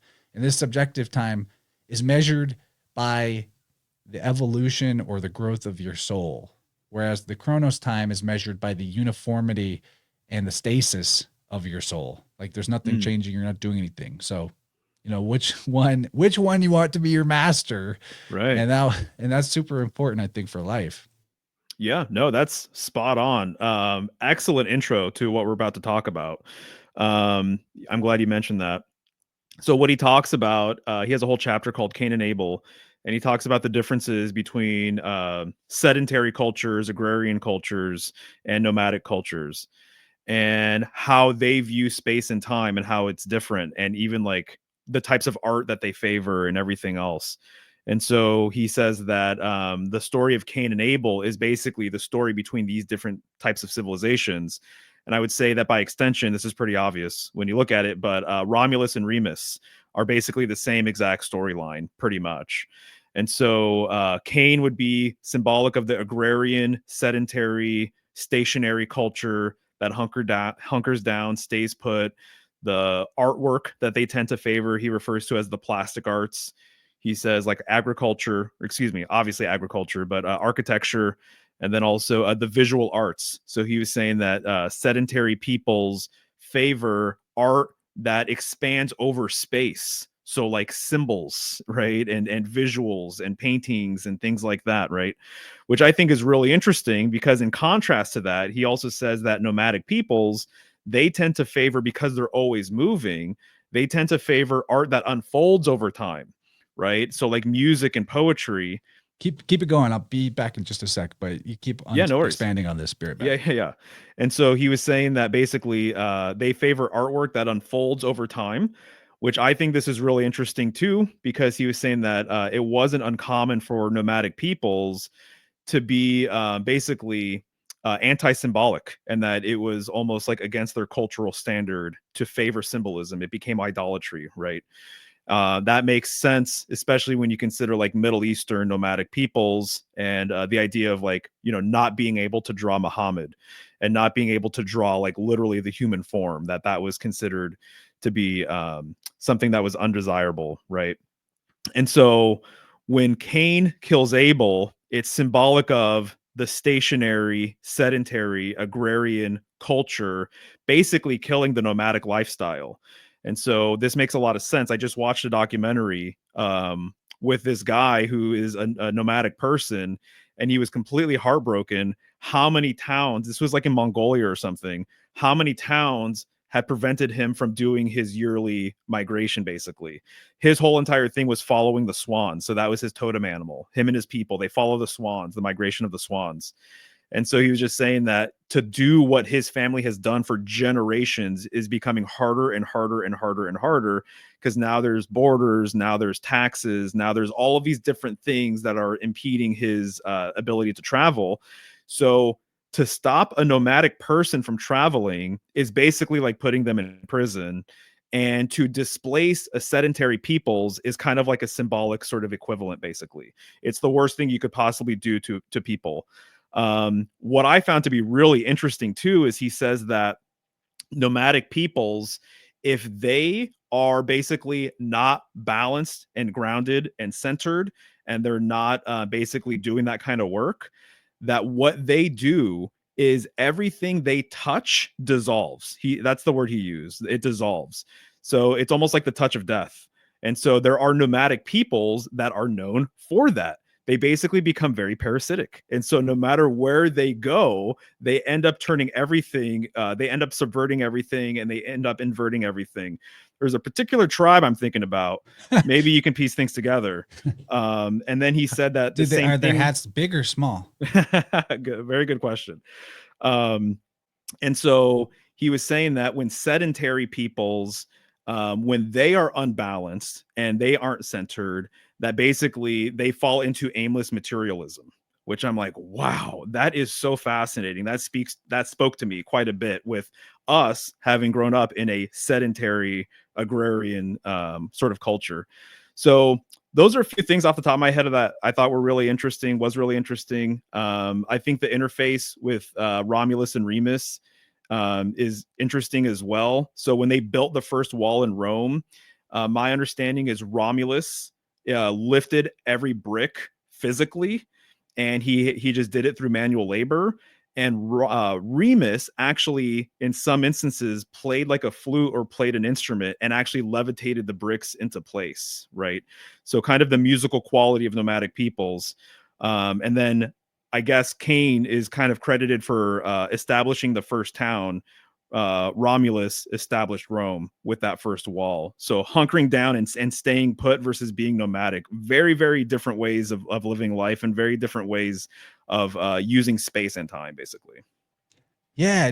So you got into the fact that the nomadic people being sort of the representatives of time, that their arts are more temporally oriented, like as in poetry and music, where it's about the progression aspect of it. Yeah. Yeah. Yeah. Yeah. Oh, man. Yeah. I mean, that was just a mind blowing weave about how there's two types of people. Yeah. The spatial and the temporally rooted tribes of humanity. And Right. then I love that you brought up too the uh, nomadic aspect. I mean, the paradox that we believe that we have more freedom than we've ever had before, but there's basically nowhere in the world where you could just go and exist without being someone else's property that you're trespassing on. Right. So, Right. and he's got a really good paragraph about this that I want to just read, where he says, in another respect, he's talking about the state of affairs where everything is counted, recorded, and regulated in the human social order as part of the emergence of uniformity and the solidification of the world, which, by the way, he's wicked ahead of his time to be saying that that's where things are going, because we're now at the point where it's not just recorded in linguistically, but it's like there's a video of everything at all times, and more so. He says Right. this ever more inordinate regulation has a highly paradoxical consequence, and it is this: the growing rapidity and ease of communication between the most distant countries, thanks to the inventions of modern industry, are matters of pride. Yet at the same time, every possible obstacle is put in the way of the freedom of these communications to the extent that it is often practically impossible to get from one country to another. And in any case, it has become much more difficult now than it was when no mechanical means of transport existed. Right. I Right. mean, is that not the truth? This is another special aspect of solidification in which in such a world, there is no longer any room for nomadic peoples such as formerly survived in various circumstances. For these people gradually come to a point at which they no longer find in front of them any free space. And in addition to this, all possible means are used to cause them to adopt a sedentary life. So that in Yeah. this connection, also, the time seems not to be far distant when the wheel will stop turning. While in addition, within the sedentary life, the towns, representing something like the final degree of fixation, take on an overwhelming importance and tend more and more to absorb everything else. This is how it comes about toward the end of the cycle. Cain really and finally slays Abel. Yep. Now, Yeah. there was another point that he made here that just blew my mind. I'd never heard that I have to also read. He says, much could be said about the prohibitions formulated in certain traditions against the taking of censuses, otherwise than in exceptional cases. If it were to be stated that such operations, like all of those of the civil state, as it is called, have, among other inconveniences, that of contributing to the cutting down of the length of human life, and this is anyhow in conformity with the progress of the cycle, especially in later periods, but this statement would simply not be believed. Nevertheless, in some countries, the most ignorant peasants know very well, as a fact of ordinary experience, that if animals are counted too often, far more of them die than if they are not counted. But in the eyes of moderns who call themselves enlightened, such things cannot be anything but superstitious. Whoa. I don't remember reading that. That's amazing. Unbelievable. Very, very interesting. Holy cow. Yeah, that's what I'm talking about, man. Just going through the book and flipping through it and kind of reading passages here and there. I You take got new it. The things away. footnotes, dude. The footnotes are where the Yeah. gravy's at. Yeah, there's a lot of great footnotes. I completely agree. I don't skip any of those with any of his books. So the interesting thing too, basically, the idea is that, Cain would be, if we're using the Gemini twins as an analogous sort of thing here, Cain clearly is the evil dark twin. Abel would be the good twin. Is he saying, by the way, in your opinion, with all of this, is that nomadic peoples were like some of the original peoples? That this was like more of a common lifestyle, or no? I don't know if I. No, what he's saying is that from the beginning of our current inception of humanity, There's always been agricultural, these two. there's been both. That, like, Yeah. we think of it as it started as hunter gatherers who developed into agricultural civilizations and became sedentary. But he's saying no, there's always been this duality, and that although probably at the beginning of time, where there's more space and time is less compressed, then the nomadic peoples would have kind of a superiority or like an advantage. And I think we see that even at the beginning of the Kali Yuga, where, or if we're assuming that our perception of history essentially begins around the beginning of the Kali Yuga or something like that, which kind of makes sense, that the nomadic shepherd kings were of the highest level of influence in the world, along with later developing into sort of like seafaring nomadic peoples, a la the Phoenicians or potentially the Etruscans, whoever spread around civilization and their techniques of civilization. But I don't know, maybe in a golden age, there's like a sort of pristine balance between the two. That could be what we're seeing with the Cyclopean architecture that exists all around the world, because there's this blend with that of nomadic and sedentary, that they're building these sacred centers, but they're spreading them out all over the world. So you got to wonder what that's about. Gotcha. Yeah. So, so what I was going to say is that, you know, Cain in some traditions is like highly revered. So like in Freemasonry, what I've heard is that like people say that Cain is like the first figure that splintered and created the left-hand path, if you will. And that there are certain sects of Freemasonry where they like really highly revere Cain for that reason, pretty much. And then when you're dealing with Freemasonic arts, masonry, obviously that is more of a sedentary sort of art form. Okay. And so you're dealing with stone and you're building buildings and stuff. And so, so what he's saying is that essentially Cain being more of this figure, being sedentary, and it relating to quantity, there's a very clear overlap between these two ideas. And what I think about, he killed his brother, you know, in some ways, right? You can look at this as like a dark lord sort of figure or whatever, an adversarial sort of figure. That the beast system that people talk about, I think has more to do with quantity than anything else. It's not necessarily currency and money, you know, and the root of evil being the love of money. It has to do with the quantity, the reign of quantity in modern times. To me, that feels very much like the beast system. And in my opinion, too, or just an observation, I guess, it's so interesting to me. But you know who Mr. Beast is on YouTube, right? Oh, Lord. Mr. Well, you know, Beast. the word Cain, by the way, to just give a few weaves on top of that, please. Kaf Yod Nun is how they spell Cain. But in philology, it's pretty permissible to like drop vowels and consider things from just the consonant connection. So you have, first of all, I already brought up, but Cohen, Ken, King, these are all phonetic matches to the idea of Cain. Is coin another one, you think? Coin, absolutely. That's exactly. That's why the coinage has the king on it, and is also got it is controlled by a priesthood who does the coining of the things. Now, on top of that, in Hebrew, there's a word kana, which is basically like to own or possess or to acquire.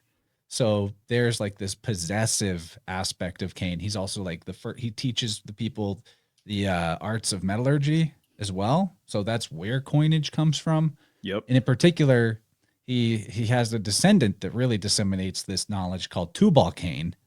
But in if you just drop the word two, Bal Cain, and then you understand that the Vav and the Bet are interchangeable, just like in Greek, which the Hebrew language, in my opinion, is a encoding of ancient Greek. It's not older, but that's separate. The like the Greek beta is, they say V, even though it looks like the letter B. The V and B interchangeability is one of the primary philological letter swaps.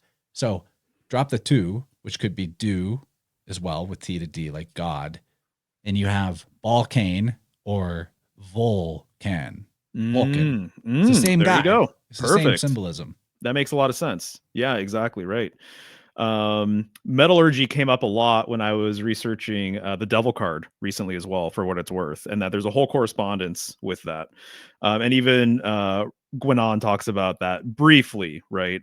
Very, very earthy, you know. And so what was I going to say regarding Cain? Oh, Mr. Beast, right?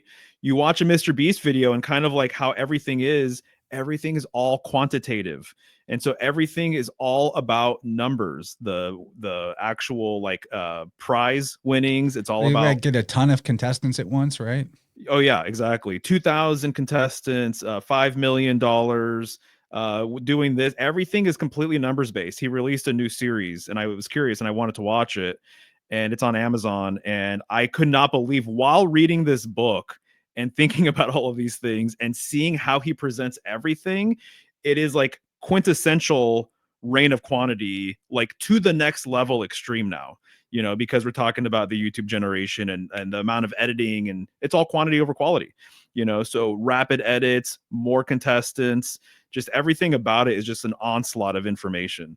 So Owen Benjamin a couple years back did like a deep dive on Mr. Beast on his live stream, trying to figure out like where this guy came from and what's his deal, because Yeah. he's so evidently creepy and evil. And Yeah. you know, in a nutshell, without going into too big of a tangent here, it does seem really apparent that this guy intentionally opened himself up to the lower forces, you could say, Oh in yeah. like in a magical sense. Wow. And like his early videos.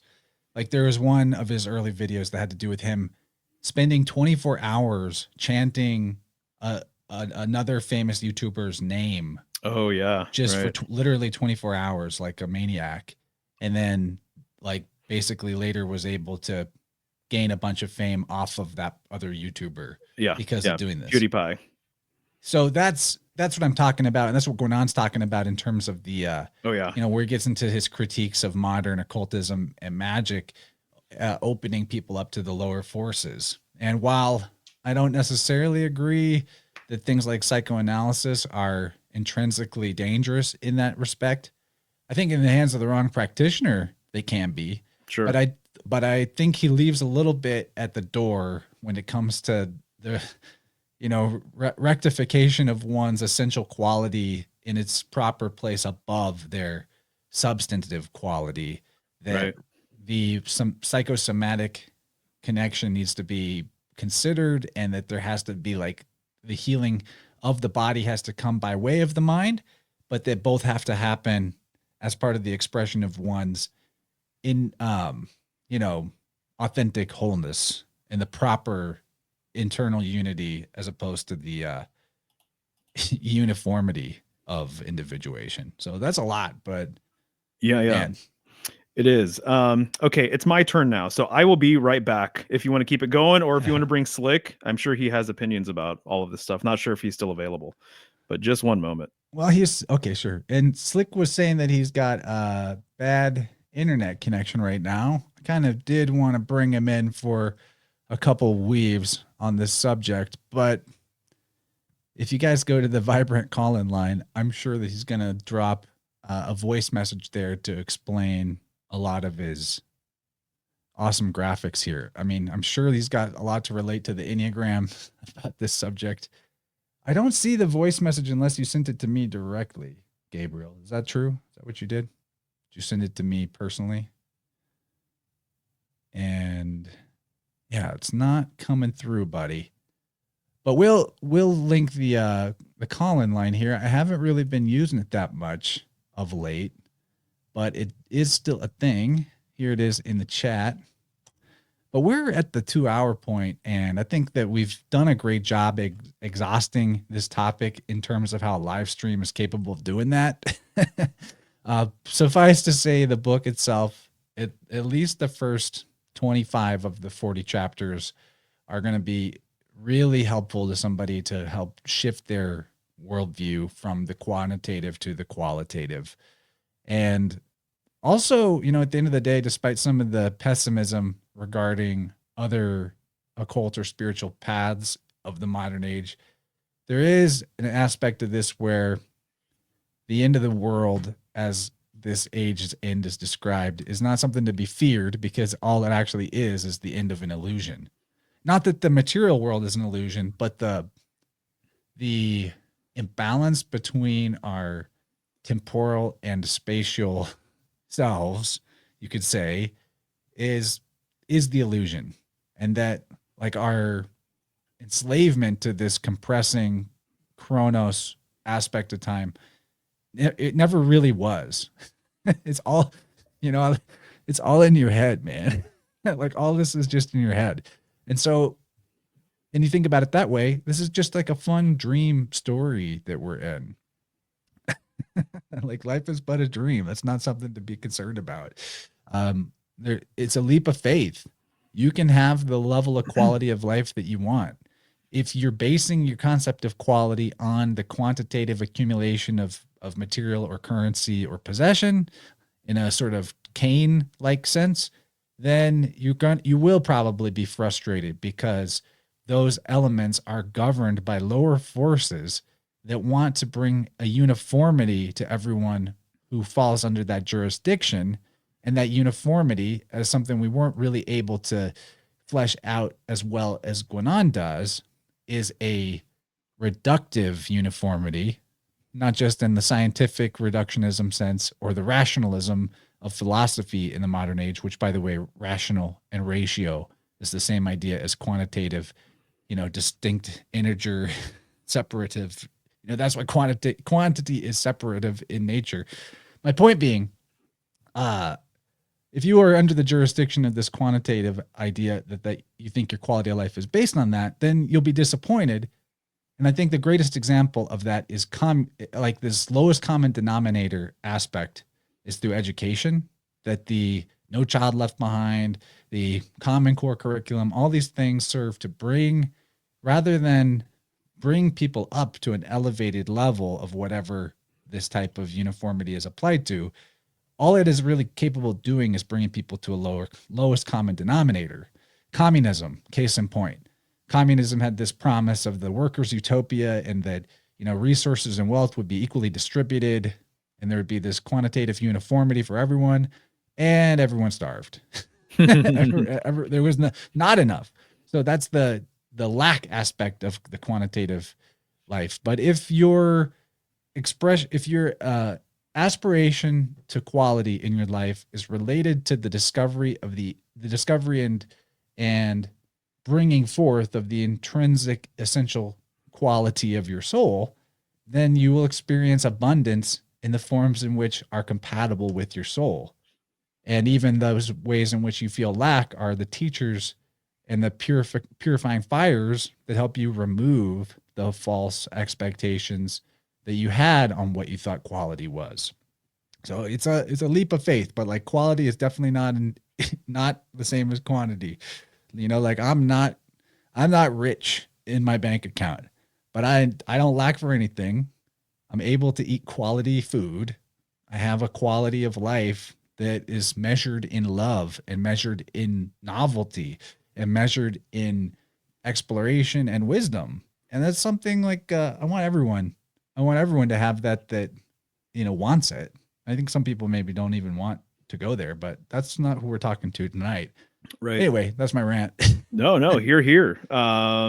Man, honestly, I feel like you were the perfect person to talk about this with, just with your background and just like what you've been saying lately too. I'm glad we were able to come together, and you've helped me understand this material better as well. And I kind of want to ask you a little bit about being a father now and the quality versus quantity dynamic. I can't help but think, obviously, that you have been talking more about quality over quantity since becoming a father, right? So that sort of transformation, and that makes all the sense in the world that would happen that way.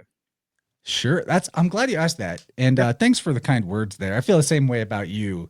Like the fact that I even looked at this book now is because of your suggestion. I think maybe I would have gotten to it because Guanan has become something I'm interested in of late. But sure. Yeah, I feel like this was meant to be for me at this time, especially. And this conversation helped me get my head around the epiphanies even better. Thank you for that. But becoming a father, right? One of the reasons why people avoid having children is because there's this belief that they're not going to have enough money or that they're not going to have enough time for themselves or what have you. And I admit that going into having a baby, I had this idea that maybe there was going to be like a compression of the possibilities of me doing the things that I needed to do or wanted to do. And don't get me wrong, I'm only 3 months in, and a lot can change about like what the demands of fatherhood will be, as most of the childcare falls upon the mother at this age. But that being said, I've actually found a profound expansion in my ability to create and to engage in the things that I feel are important since the baby has come. I mean, a massive qualitative increase in my work and in my intention towards my work. And I've not felt any sort of lack in terms of having time to do it all. You know, I mean, like to get through this book in time for this stream was a little tough because I read another book for an interview that I thought was going to be tomorrow that I sort of prioritized, but then that got moved. But that being said, I've discovered that the iPhone allows you to read text off of a screen.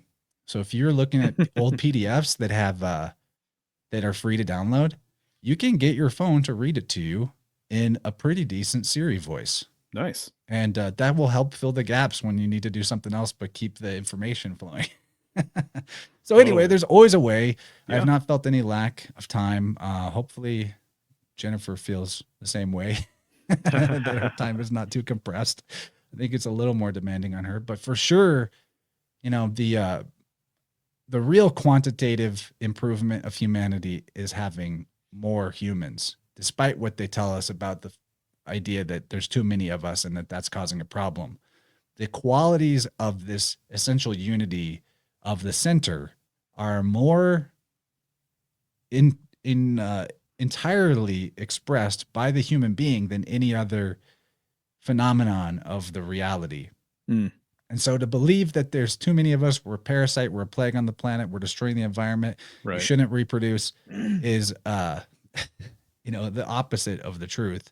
And bring in more of this life into the world is what allows for the quality of the world to be improved. Every good thing that ever changed in the world was because of the human spirit. Mm-hmm. Everything else in nature is in a sort of eternal sameness, despite what you're told about evolution. You know, nature is more of a static playground. We're the agents of change. That's my opinion. Gotcha. Beautiful. No, I've noticed a difference, to be honest with you. It's really small sort of stuff, but I think you're trending in the right direction with things. And I was curious to see if I would see any sort of difference with your output or with the channel or anything like that. And there has been, but it's on the positive end. And so, so kudos and keep on doing your thing, man, that way. And yeah, can't wait to see what else you do with this sort of new framework that you have going on. Thanks, man. I feel like I'm just at the beginning of it, but to put that at the priority is, it's like a great demonstration of how your belief system changes your reality. Mm-hmm, And the fact that we're running this quantity is more important than quality thing is subconscious for most of us. So to intentionally shift it and focus on it is, it does have a ripple effect that I think will resonate beyond this moment and go further. So thanks for all that. And I look forward to the next time we get to do this, whatever point down the road, near or far, that you think of a topic that you'd like to mix it up with me about, or that you'd like to bring me over for a conversation about. I'd love to. You know, there's nobody else like you in the world, Mario. Beautiful. Right on. Thanks, man. No, maybe one last thing I want to say is just being present and how that really can change your perspective on things, trending towards quality over quantity. And just noticing how many people are constantly thinking about the future and constantly anxious and constantly projecting or constantly wishing things were different or that they had made a different decision or something along those lines, right? But really being present and can make such a huge difference with your quality of life, and also not rushing to do this, rushing to do that, you know. And so it's just something, it's really practical, it's really basic and simple or whatever.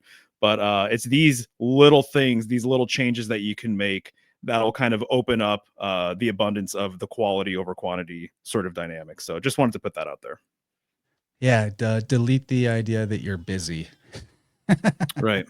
The word busy is funny that that's put in front of the term that we use for conducting business, right? But Right. being Yeah. busy is super antithetical to life.